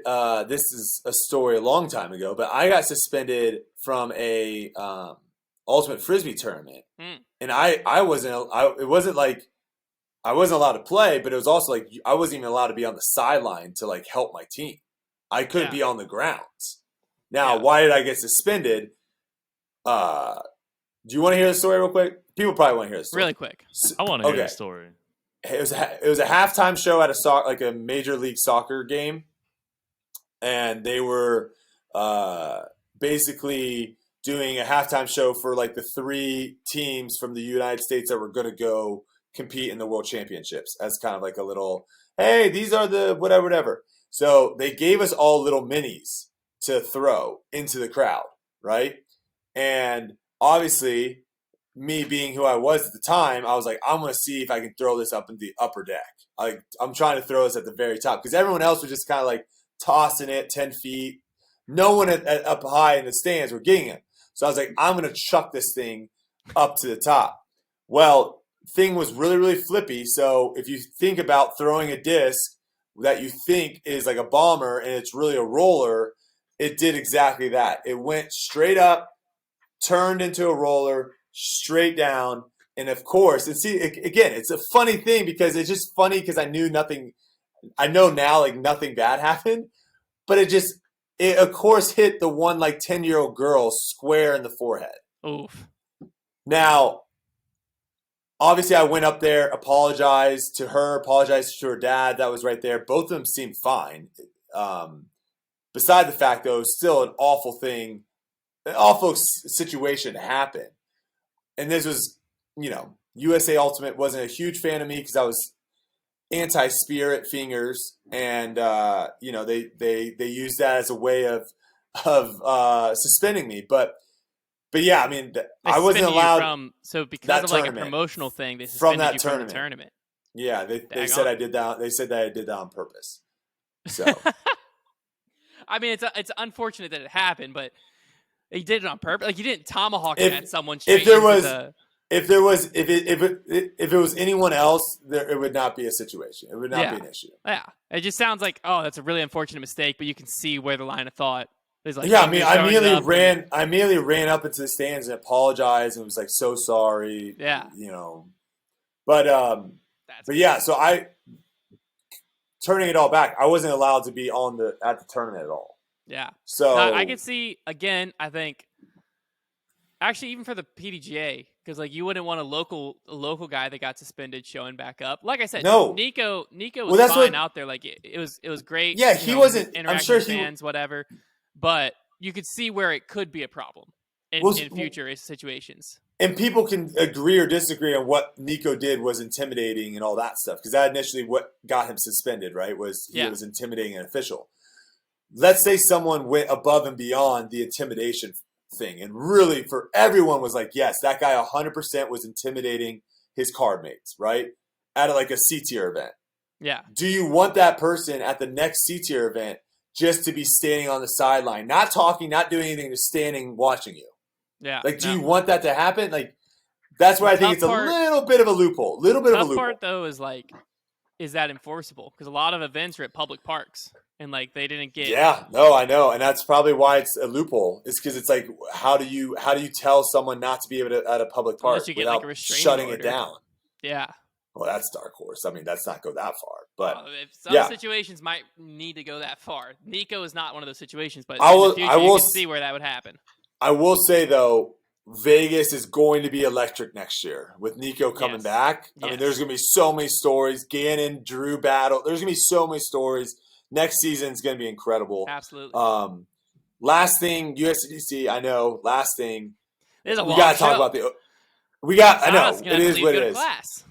We got to talk about the opening ceremony right now. We have to talk about the opening ceremony. I didn't see it, so you're just going to have to walk us through it. I got three things. First off, they started with a prayer. Yes. Coming from a Christian myself, super weird. Not sure why the heck we're doing that. No idea why we're doing that. I don't think that's the place to do it. Just going to throw that out there. It'd be the same thing as if you start with some sort of other religion. Like it's just a weird thing to you're telling everyone this is a mandatory event. Everyone has to show up to this event, and then all of a sudden you just throw religion at them. I don't know how I feel about that. Yeah, I don't know, and I think, and here's the thing too, is like we at our college team on Frisbee, our ultimate Frisbee team, we did a prayer before every game as well. But it was one of those things that we had discussed with the team, saying, "Hey, we're going to do a prayer. If you want to come join us, by all means. But if you don't feel like you have to." Yeah. And so it was a decision for people to make of whether they want to come join our prayer circle before our games or not. And this was just one of those where like, okay, guys, we're starting, and then everyone comes in and starts, and then it's like, okay, we're going to open with a prayer. I just thought some people really had issues with it. Oh yeah, I could definitely see issues. I could see where people would have issues with it for sure. I don't know why we did that. Yeah. What by we, I mean I don't know why that was a thing at USDGC opening ceremony. Yeah. Second thing is why are we reading off tee times like it's high school graduation? No, that was another unfathomable thing where like literally on the third, I think I was staying next to Ezra. And like the third tee time goes out, and he's like, "Wait, are they reading everyone's tee time?" I'm like, "Yep, all 140 names. They're just rolling through them." Last thing, weed gummies were in the players pack, and I don't know. There was stuff out there from some of the European players saying like this stuff I think is illegal in our country. That's funny. But another thing where it's just like a little bit of a swing and a miss, where it's like. There are a lot of things going well for disc golf and moving the right way, but it still feels like there are some things that like are kind of from the past that's still kind of just like we don't need to do that. Like that's probably something that yeah, because I mean even just think of it this way, right? Because I know a lot of people think of weed in the modern era same as like alcohol, because with the decriminalization, a lot of areas and stuff like that, it's kind of what's going on. I feel like it'd be a similar vibe if you got a Bud Light in your players pack. It'd be like, okay, kind of weird. Like I feel like it'd be a similar different thing. It'd be different if all they had to do was this. All they had to do with it was this. Same thing with the Bud Light thing is players, if you want, we have a bar over there and everyone player has 2 drink tickets. Yeah. If you want, that's fine. Versus because again, it's like the alcohol stuff, right? It's one of those where there could be some people that are recovering.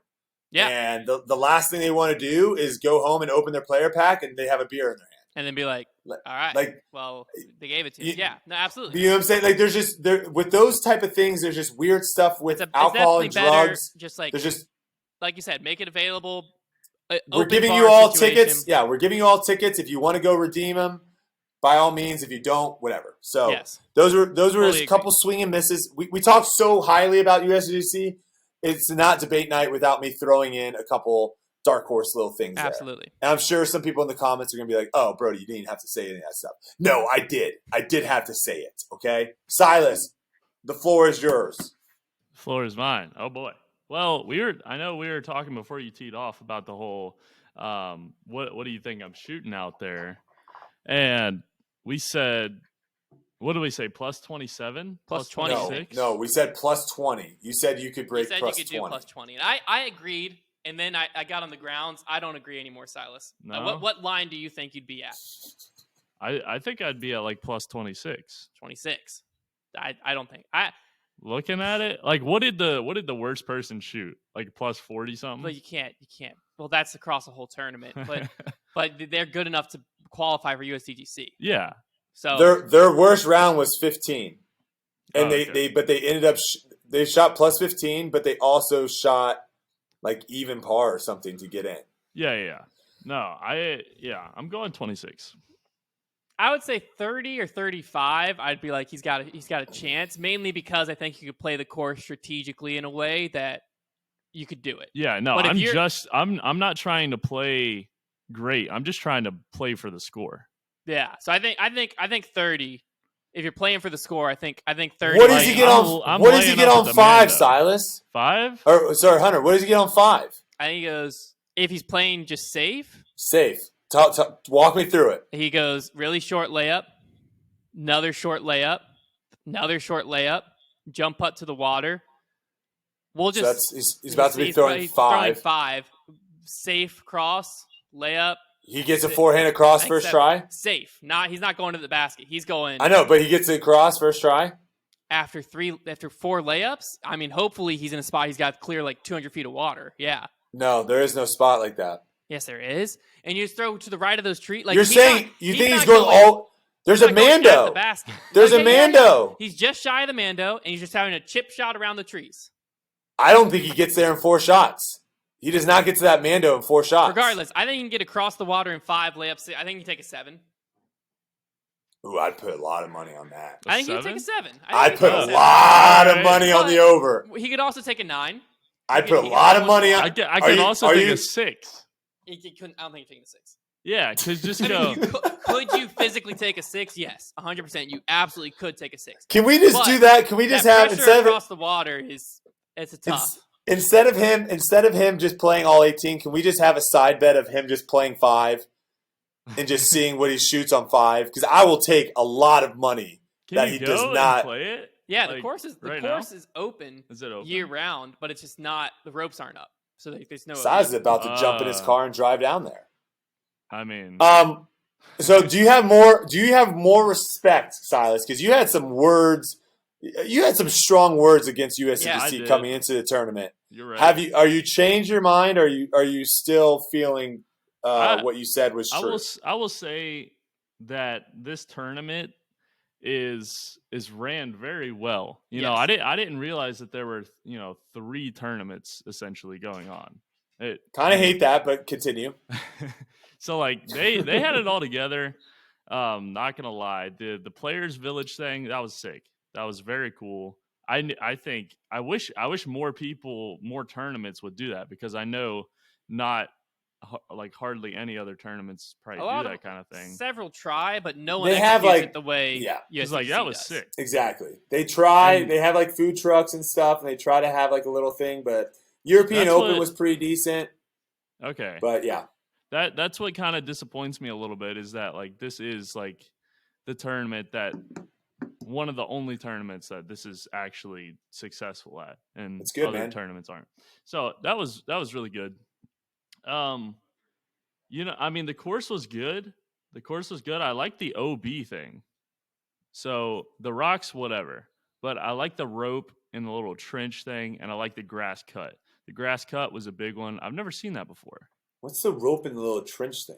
What is that? Yeah, they dug a little trench and then put a rope in it. Dug the rope into the ground. Oh, yeah. That's pretty cool. Instead of being on top. Yeah. That's good. Nice touch. Hole 4. Hole 4 is a little interesting. The gauntlet. Just like the tunnel shot. For the spectators, they had us like way back. So like we couldn't even see what yeah, you guys were on the road, right?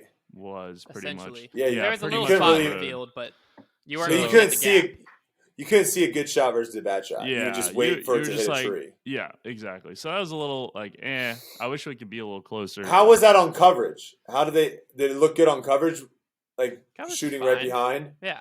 I mean, I hate the hole, but the coverage was Yeah. I'm just saying, as long as you can see what's going on coverage. What was great on coverage was, and I told Silas and Trevor this when they showed up, the grass length being different. It played well in person, but on coverage, it was incredible. Well, I'm assuming coverage was good this week since I mean, I didn't watch it because I was kind of in the mix. I watched some of FPO, but I'm assuming it was good since you didn't have any hot takes coming in on coverage. Yeah. Yeah, I mean, I watched. Obviously, the last 2 days I was there, but I still watched coverage like on the screens. I didn't get to hear much commentary, but like, I mean, there's always mistakes with coverage, right? Like, there's always something. Yeah. They stay too long on a shot, cut too early. That one thing was the worst thing ever. Was like the slow pan of the commentators. What are we doing? Why are we doing that? That is the commentary shot though. looked commentator crispy. shot was Looked crispy. so nice. Yeah. Those But when they went to interview shots like look good too. when they went to like the B-roll shot Yeah. and they would like low and they would slow pan it across, That's I'm what I'm like, saying. There's some stuff. I'm like that's that's unnecessary. It was also cool that they had the You don't need like, hero shots of the commentators. the keyhole stream where you could like watch. I love the that. 4 holes. I love that. Nonstop. Yeah. Was like 1, 5, Dude, 17, were they something like that. were they utilizing that a lot in coverage of showing like random people playing those holes? That's a great question. I Well, mean, the the guy- day one they 'cause- definitely jumped around a ton, but the last days I didn't watch coverage enough because I was on the grounds to see how Okay, much they 'cause did that's- the last. that's- They had Paige Shoes ace. Yeah, or they whatever. definitely had aces. Like, So that was they cool. were That able Well, to yeah, do they that. could. caught that. Yeah. They have obviously if you ace, they're going to show that, but like it'd still be cool to be like Nate Sexton, for example, right? Yeah, He was out of it, so he's not going to be in the mix. But it'd be cool to pop him on when he's playing 17 to be like, oh, looks like Nate Sexton is going to, get another top 10. Yeah. Like use those to kind of fill in. I just didn't know if they've done that yet. I think that's the future. Is like have those stationary cams there all the time, and so you're gaining all this coverage no, for that sure. you can then go and be like, earlier today, check out what this person did on Yeah. hole 7 and 17 Yeah. versus like not having anything. Yeah. Silas, I do have some complaints though. Oh, Oh let's gosh. hear the complaints. I'm not Well, gonna ask about that. okay. First of Complain. all, the parking situation was fine, but one thing that kind of threw me off, and that wasn't stated in the email or anything that we got with the day passes, was you have to go to the ticket box. I disagree. I'm gonna read this email before I you didn't have a park. problem with it at all. I was able to do it first try, no 'Cause, like, question about it. In me and Trevor's head. we Okay, here you go. parked- Let me read the first line of this email, Silas. Okay. Ready? You'll be required to check in at the USDGC box office upon arrival. Yeah. The box office is located left past the front entrance. Okay. I could read that both ways. I'll take Silas's thing. I think that's open ended for. But then they give you a map and it says you are here, which is where the box office is, and then this is where you're parking. And there's the directions to get to where you're parking. Well, and on it's the also road. directions to get to the box office. No, it's turn right on Eden Terrace at the stop, turn right on University Drive at the roundabout. Like nowhere was that stated. I don't. This is in the email, my guy. I know, but I don't know if that's not clear obvious. enough. I don't know if that's clear enough to like. I would probably do what Silas did. I would probably park and Yeah, then we go parked. and try to get my tickets. Yeah, and like we couldn't park because we didn't have our tickets. We had to have our tickets to park, and so the guy was like, "Hey, you got to go back." Because and they get said your how to ticket." receive your pass on the day of the purchase round. Go to the USDC box office at the office, print out, view, show them this, and then day pass parkings right after that. There will be very limited on site nearby satellite lots. I think they should just probably put something in quotes that say, "Will not be able to park until you go." Like there should have been something there because what other event do you go to where Exactly. you get your tickets That's my first point. and then park? Well, because That's my the point. tickets determined where you're parking. Well, like you You had already to have show your your ticket ticket to on your park, phone. so you had to show, like, Therefore, you didn't have a no, ticket you on your already phone. have your ticket on your No, phone. you didn't. They The should ticket- just be able to scan that and then give you the wristband. Yeah, but after Hunter- you park. But Hunter, there's a But lot some of places. day passes you could park in VIP. Day one, I parked in VIP. Well, that's not legal. Because as the VIP parking, like if you showed up late enough in the day, if VIP parking was full, day pass you could park in VIP. So they didn't know where you were parking yet until you showed up. Well, that's not right How's that not right? because you didn't pay for VIP parking. Well, no, but VIP the lot was full. I showed up when the round was like midway in, and they knew there's plenty of spaces over here. You can park here. That's another thing is if you're paying for VIP parking, you should be You're receiving not a paying for VIP VIP parking. parking You're paying pass. for a VIP pass that includes You parking. should- Right. So the day passer shouldn't be parking in the VIP All I lot. know is I read it and I didn't once question it. I was like, oh, I go pick up my passes. Have and you then I been go to park. another sporting event? No, Silas. That was my first ever sporting event. That's my point, though. Surely you can see that. I Well, read, there's I read some- the email. I think it was pretty clear. There's It some- wasn't. there- It wasn't because it wasn't actually stated in the email. Okay. So, next one was they had a baseball practice going on at FPO. No, well, they had a game too. Game. It was a game, not a practice, and they were blaring music. And, we're trying to have a disc golf tournament over here on Yeah, a but you're Sunday not. too. I mean, like- a college baseball game hierarchy is going to be a little bit higher than Right, Especially exactly. with disc But golf at tournament least is. kind of try and work around that scheduling wise. I mean, I'm sure maybe I they think- did, but I think it's more I think it's more the other way around. Probably. We're trying to work around them, I'm sure. Trying, and I think they probably are like, well, this is the only time we can do it. There's one baseball game. I think there was also that's just a soccer the downside. game. Yeah, there's just which I posted in the group chat saying how I don't know if you guys saw it, but I was like, it's funny. The commentators right now are trying to make it sound like, oh, there was a huge roar somewhere on the course. Something crazy probably happened. And it's like, that was clearly a soccer. Like that's clearly from soccer. Like you can hear like constant yelling and stuff, like what you would hear at a soccer game, and then you'd hear a big roar. But it was funny. The commentators would try to make a spin on it, being like, "Oh, something crazy probably must have happened." I will say the crowd, like on the Ace, was really loud. The crowds are big out there. The crowd was great. Like we could hear it all the way from the village, all the way up to like hole 1. Crowds are big, man. Crowds are big out there. So that was awesome, exciting. And then one other thing was the green on 18. So I don't like I couldn't see anything. Not a good finishing thing. I guess you could go around to like 3's tee, but I mean, surely that. What do you think, Hunter? What do you think? Do you think there's a chance that because the OB kind of right now, how 18, right? It goes down the right-hand side and then curls the back and then kind of goes over into those trees. What if it went down the right-hand side, curls, and then just went down to the water, not back into the trees? They clear out all those trees in the back, and maybe they put some spectator grandstands or something back there. Well, the tough part is then you're asking Winthrop to be able to clear trees. Yeah. No, I know. I think that might be the biggest. It's one of those biggest issues. I agree. Is like 18 green's brutal. If not you're not a in good the front row, you're not seeing.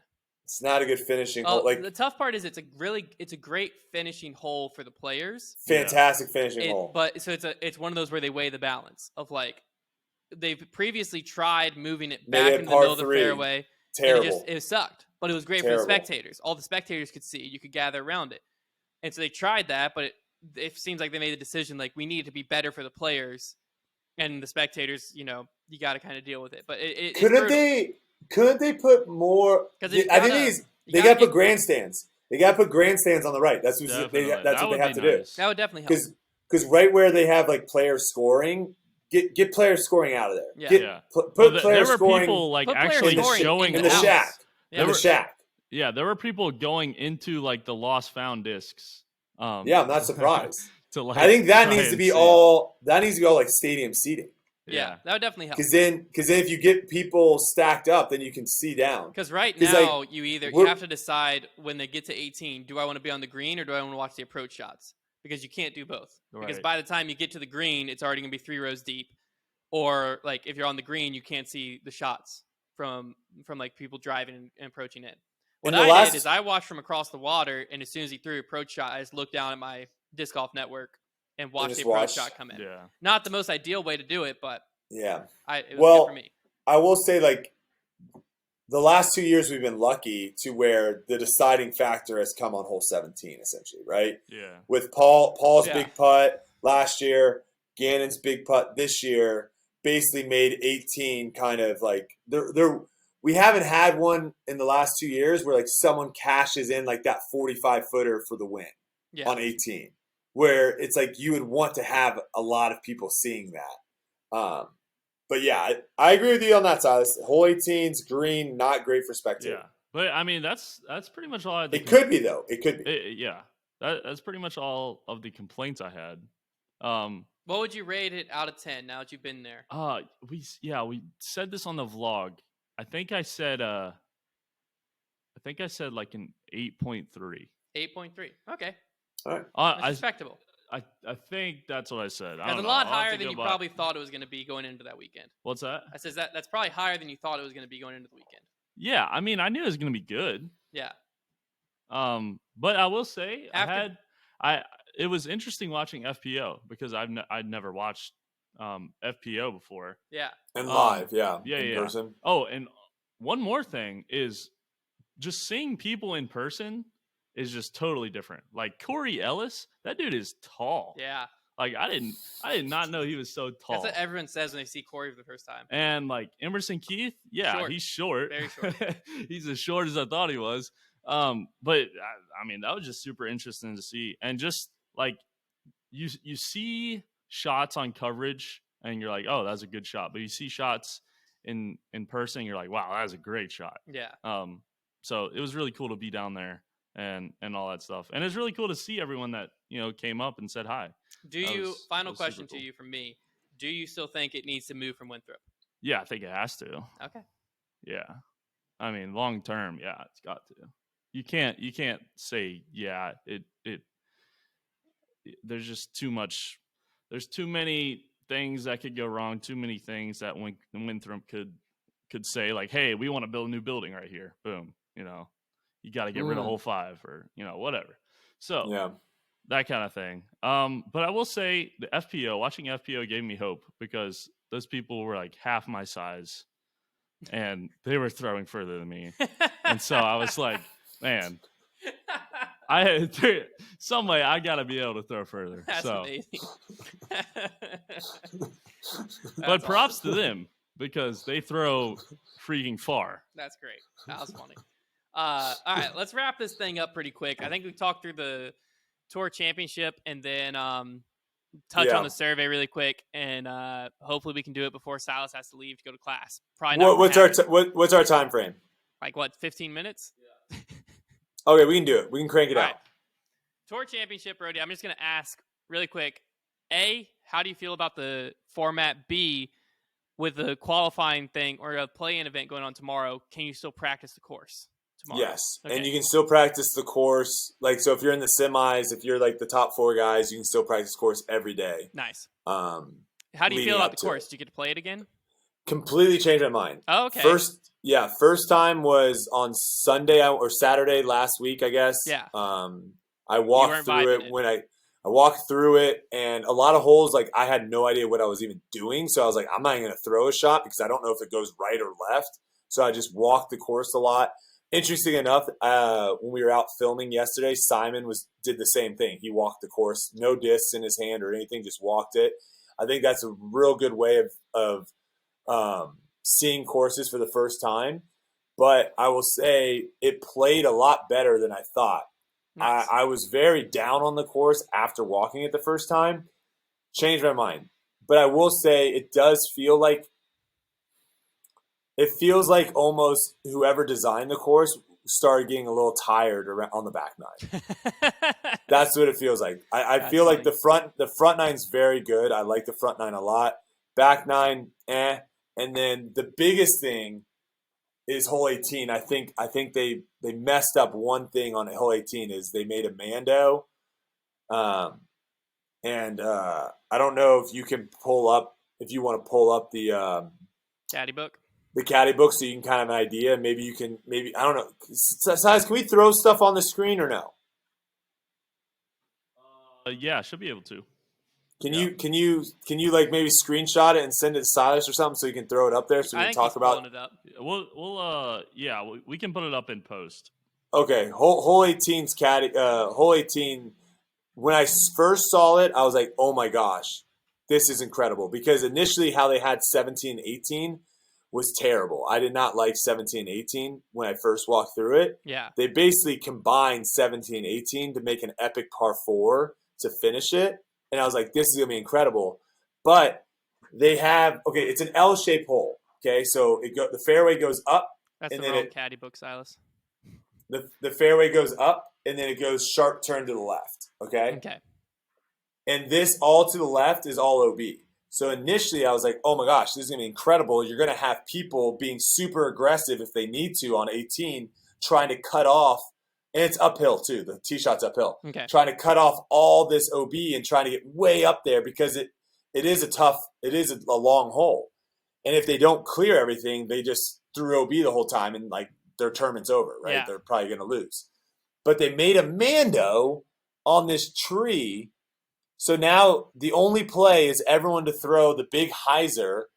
And like me and Ezra threw, I mean, granted, we were a little bit tired, so maybe we can throw a little bit further when we're fresh. But we threw pretty good hyzer pushing backhands. and our next shot was 480 feet Mm. to a green that's surrounded by OB. Yeah. And so that's where I was just like, that's just me being a little nitpicky. That's where I love where it's like, don't make that OB.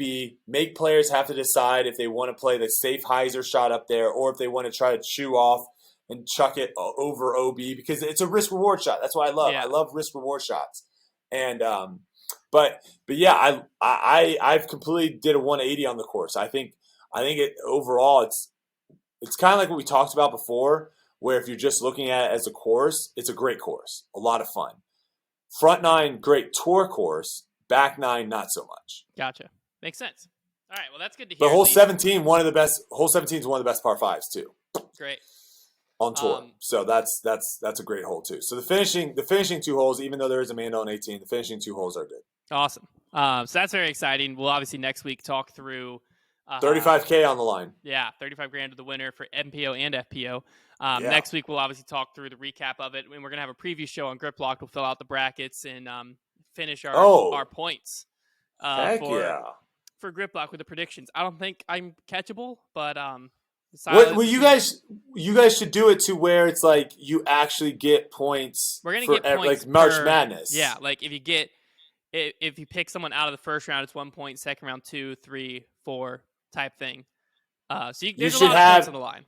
You should have a combo in there, though. You should have a combo because like if you get someone from the first round all the way through and you picked them. No. I think combo per round. So like if you there should be a bigger difference between someone that got 1 right and someone that got 4. 3 right than 2 points. Yeah, if you get all 4 right, like there should be some sort of multiplier of where you get all 4. If you get 3 of 4, there should be a multiplier. So that way there's a little bit more points on the board, so it can be a little bit more exciting. If we do that, I might be catchable, which would be great. Make it more exciting.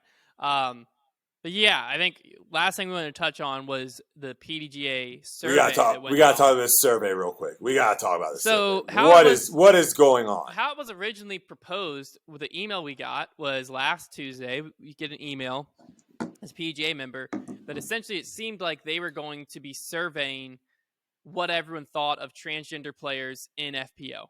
That's what it seemed like the survey was going to be on.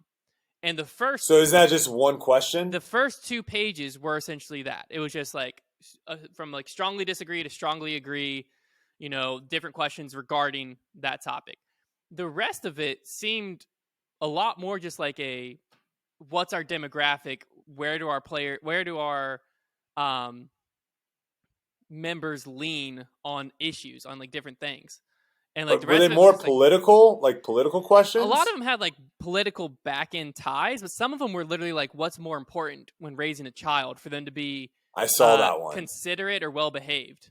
And I'm like, what does that even mean? What is that question? I want my children to be considerate and well. I think if my child is well behaved, they are considerate, and I think if they're considerate, they're probably well behaved. No. We had an argument on this, and that's not correct. Okay, well, regardless, they're both important. So, like, how you pick one or the other? I won't go into it. They are both important, but yes, if you are well behaved, you are not considerate. You don't have to be. Yeah, that's true. You don't have to be. But like, if you're considerate, you are well behaved. If it's an either or question, it was confusing to me because I'm like, yes, I want both. It should be like polar opposites. Yeah, I was like, you would think it'd be like, is it more important? Like one was like, and something. I forget what they were, but they weren't. They were never polar opposites. Do you want your child to be smart or physically able? It's like both. I would like both, please. Yeah. It was a lot of those questions where you're like, both. How am I supposed to pick this? And also, why does this matter in the scope of things? Like it was obvious they were trying to get about like how their demographics think through like critical thing, but it was just very confusing because that's not what the survey was posed as. It was posed as we're getting your opinion on this, which was like it was going to be like a 2-page survey, like very easy. This and then the rest of it went like one was literally where do you stand politically? Like 0 was super far left, 10 or 7, I forget what the scale was super far right, and like it was like answer from 0 to 10. Where do you stand politically? I was like, what does that have to do with? Was there a point where you're like, like you just forgot that you were taking like a disc golf survey? Was like there's there a point where you're just like, wait a second, like what? where am I was reading every Where's question, going on? and it just got farther and farther away from what I thought the survey was. And it's every question I read out loud, and I'm like, what am I being asked right now? What is I feel like I'm being profiled or something. I don't know what's going on.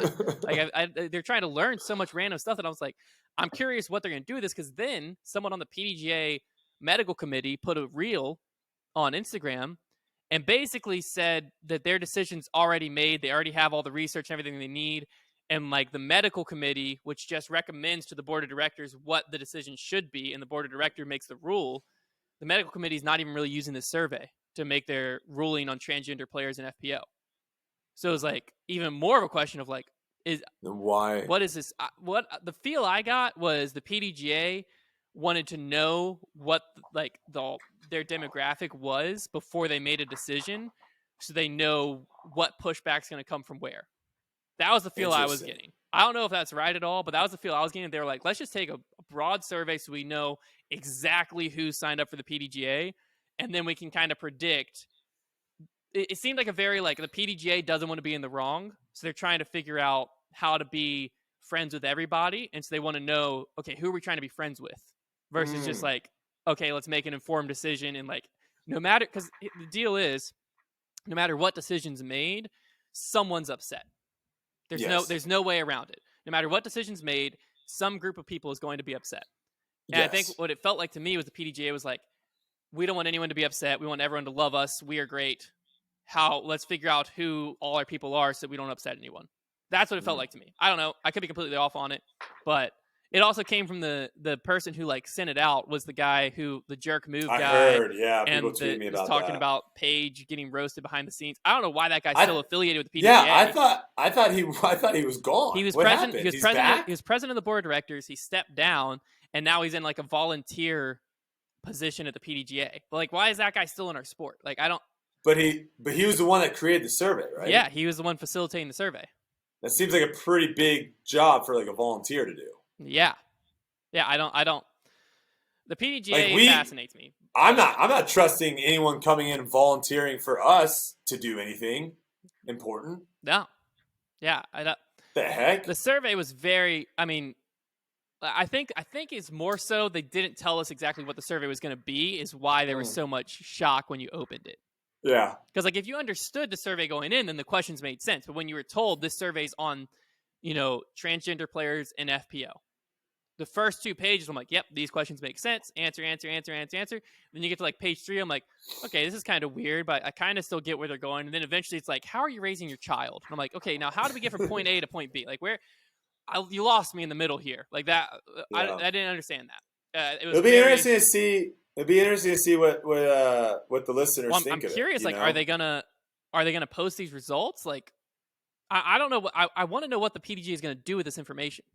It was a very, very confusing sequence of events. Probably sell it for a lot of money. Maybe they're using it to sell to advertisers so that their disc golfer magazine, they have a better, demographic, when they're going to advertisers. I don't know what's going on. They go to what's that gun company that sponsors a lot of podcasts, Colt, or no, they're a coffee company. Black Rifle. Yeah, Black Rifle. They go to Black Rifle and they're like, look, 70% of our 70% of our members think they're right to own a gun. Yeah. You need to throw some money at us. Yeah. Hey, if that's it, that PDGA might be the smartest company in the world. Yeah. Maybe. Also, I mean, were they able? Because obviously, if we asked these questions before, on an interview, if we were interviewing someone for a job at Foundation and we were like, you have to answer these questions, I think we could get sued. I think we would be liable. Probably, but it wasn't a mandatory survey. That's what I'm saying. Because it's a survey. Yeah, you were choosing. Is that it was the loophole that they can? Yeah. My point is the questions that were being asked, you cannot force people to answer those questions. It was a voluntary survey, so and that's why they could get not away all with it. members had to take it. I saw a lot of people saying they weren't taking it, but yeah, so because you can walk up on the street and ask anyone anything. Oh yeah, of course. I could walk up and ask them because something was oh, have you had a knee surgery? Obviously, you can't force me to say that because that's a HIPAA violation. Mm-hmm. But if I'm yeah, I've had knee surgery. I haven't. But that's me volunteering that information. It's my information to volunteer. So voluntarily taking that survey Yeah, if they would have said to stay a PDGA member, it's mandatory you do this, that probably would have crossed the legal line, yes. Caused some problems. Yeah, but I don't know. It was fascinating. Hey, if you didn't take it as a PDGA member, I would advise at least look it up. I also think on Reddit, someone posted a link to all the questions. I think you can find that. So if you're just curious, you're not a PDGA member, and you want to see what the heck everyone's talking about. I will say this. Let me read a few of the questions. I found the. Yeah. Do you want my answers or no? So like, it asks like what's the following best describes you. What best describes you? Like I play in PDGA events. Like where you stand within the PDGA. Like are you on the Pro Tour? Blah blah blah. Like are you like they have options? I'm a woman, transgender woman, man, transgender man, non-binary, identify. So like that. Those questions all made sense at the beginning. Highest degree of school made sense still. And then it gets to, this is where it starts. So like, this is the last page that's like, I was understanding. So it's like, do you have a family member, close friend, acquaintance who is gay/lesbian? Yes or no. Do you have a family member, close friend, or acquaintance who is transgender? Yes or no. The questions up to that point all made sense for the scope of the survey. Then the next one was like, here's a 7-point scale on the political views that might be arranged from extremely liberal left to extremely conservative right. Where would you place yourself on the scale?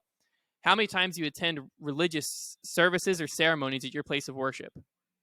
And then how strongly do you agree or disagree with the following statements? It's disrespectful for a man to swear in front of a woman. Like, these were questions I started going, now where does this have to do with what is going on? There's like this one. There's some professions and types of businesses that are more suitable for men than women. It bothers me more to see a woman who is pushy than a man who is pushy. Like now it's just going like, are you sexist? And like, so it just went like, it went from where do you stand on this? To like, okay, are you sexist? To then like, the world is changing and we should adjust our moral views. The newer lifestyles are contributing to the breakdown of our society. Like it slowly just shifted to a political survey. You know what they might do? They might throw all these things. Because my buddy's really good at Excel and he's shown me stuff like you can do in Excel. I bet they do this. I bet they chuck all these answers in there. Then they make like this little formula that says like anyone that answered these ways on these questions, throw their answers out. That's what I was thinking. That would be wrong, obviously, but yeah, but like all the sexist bigots throw their answers out. We don't care what they think, and let's just see what we're left with and see what those people think. They might be doing that. That might be what they're doing. But when you're trying to survey your whole demographic, I don't think the decision on whether or not transgenders should play in FBO should have anything to do with just the mass opinion of the people. Like, it should be based on science. Correct. Let's start there. But if you're like, hey, we want to get the mass opinion of the people, then you're getting the mass opinion of the people. It's not like, well, we don't want to hear from you. Whoa. No, we just want to hear from you. Like, because then, of course, you're going to, like, if you use this to pick and choose, you can look at all the answers of every other question and probably know how they answered the first few questions, realistically. Isn't there a saying, something like that? Don't throw the baby out with the bathwater? That might not be it. That's a different phrase. Not. No, there was something. No, there was some sort of saying of like, not, it goes along with like history, kind of don't let history repeat itself kind of thing, of where if all we're doing is like, oh, whatever the masses, like whatever the most people think, that's what the best thing is. Like that is not the best way of going about life. No. Of where it's just like, was it groupthink, right? Is that what it is? That one thinking of where like everyone just like hive mind, they all think the same way, and so it's like, okay, that's what the best thing is. When you have some brilliant person over here being like, hey, there's a better way of doing this. Yeah, or like someone with a different perspective that can see something that the masses just don't see. It's like, yeah, I just feel like there's been a lot of times in history where everyone jumps on something, and then like later in life, we're like, that was not a good idea. Yeah, like that we messed that one up. So I'm with you on that. It's like we shouldn't probably whatever side it's on. If there's a 90% people saying it should go this way, or the 90% people saying it should go that way, I'm with you in agreeing that I don't think that's what the PDGA should be looking at, to being like, that's what we're going to do. Yeah, and then these are the children questions. Please tell us which one's more important for a child to have: obedience or self-reliance. And it's like, tough one. Tell us which one is more important for a child to have: curiosity or good manners. And I'm like, that's what these questions started getting, where I'm like, I want my child to be curious and I want my child to have good manners. Well, they're two completely different spectrums to me. Because that's the thing. It's like, would you rather, because now I'll pose it this way. Would you rather have a curious child that has terrible manners, or a good manners child that's brain dead? Yeah, it's like, how do you decide that? Because if you go that way, it's like the option's obvious. You can have both. Like a yes, child with good manners can still have a Can great be imagination and be curious. very curious. Yep. And like, so why do you have to pick one or the other? Like, they're both vital. Please tell Gosh, us which this is is more important for a child to be considered well behaved. Can we get Trevor? Can like- Trevor get this guy on his podcast and ask why? Like, I want to go know through. why. I want to go through and hear like the reasoning of these questions. Like, sir, why do you care if I want my kid to be curious or well behaved? Well, I Like, just want to know why. I want to those hear are- that question. I want to know why those are superimposed against each other. Like, it has to be something where, like, maybe if you think this way about like if you have X set of morals or like values or whatever, there must be one you value more than the other. Like, there's got to be a reasoning behind the question, but like, it's not a black and white question. Like, it's a very Is this like the Amazon thing where they can like track what you're doing online, so then they know exactly what like makes you go, so then they give you an ad for something and you're like, oh my god, I gotta buy that. Like, is it they're trying to like ask us questions to where they know how we think? I think that's definitely what they're doing. Are we in the Matrix? Yes, we could be in the Matrix. We're definitely in a simulation to start off with. But no, it was a fascinating survey, and I think that the reason people, because like the questions themselves, if you would have known you were going into a survey like that, the questions would have made sense. You'd be like, okay, yeah, you're asking about like, okay, I get it. Personality. But when you're going into a survey, it's like that a Miles you thought Briggs was about test. A, and then 90% of the survey was about B, I was like, throws you off. Yeah, I think that's what it threw everyone off. Everyone was just like, why do you need to know any of this? That's not what you're asking me about. But I do appreciate. Go ahead. I still stand that the PDGA shouldn't be basing their ruling on the opinion of the masses, because like they should just be looking at strictly science, facts. Realistically, what they should be doing is like, when player A meets our standards here, is there still an advantage? And if that is true, then we need to change our standards here.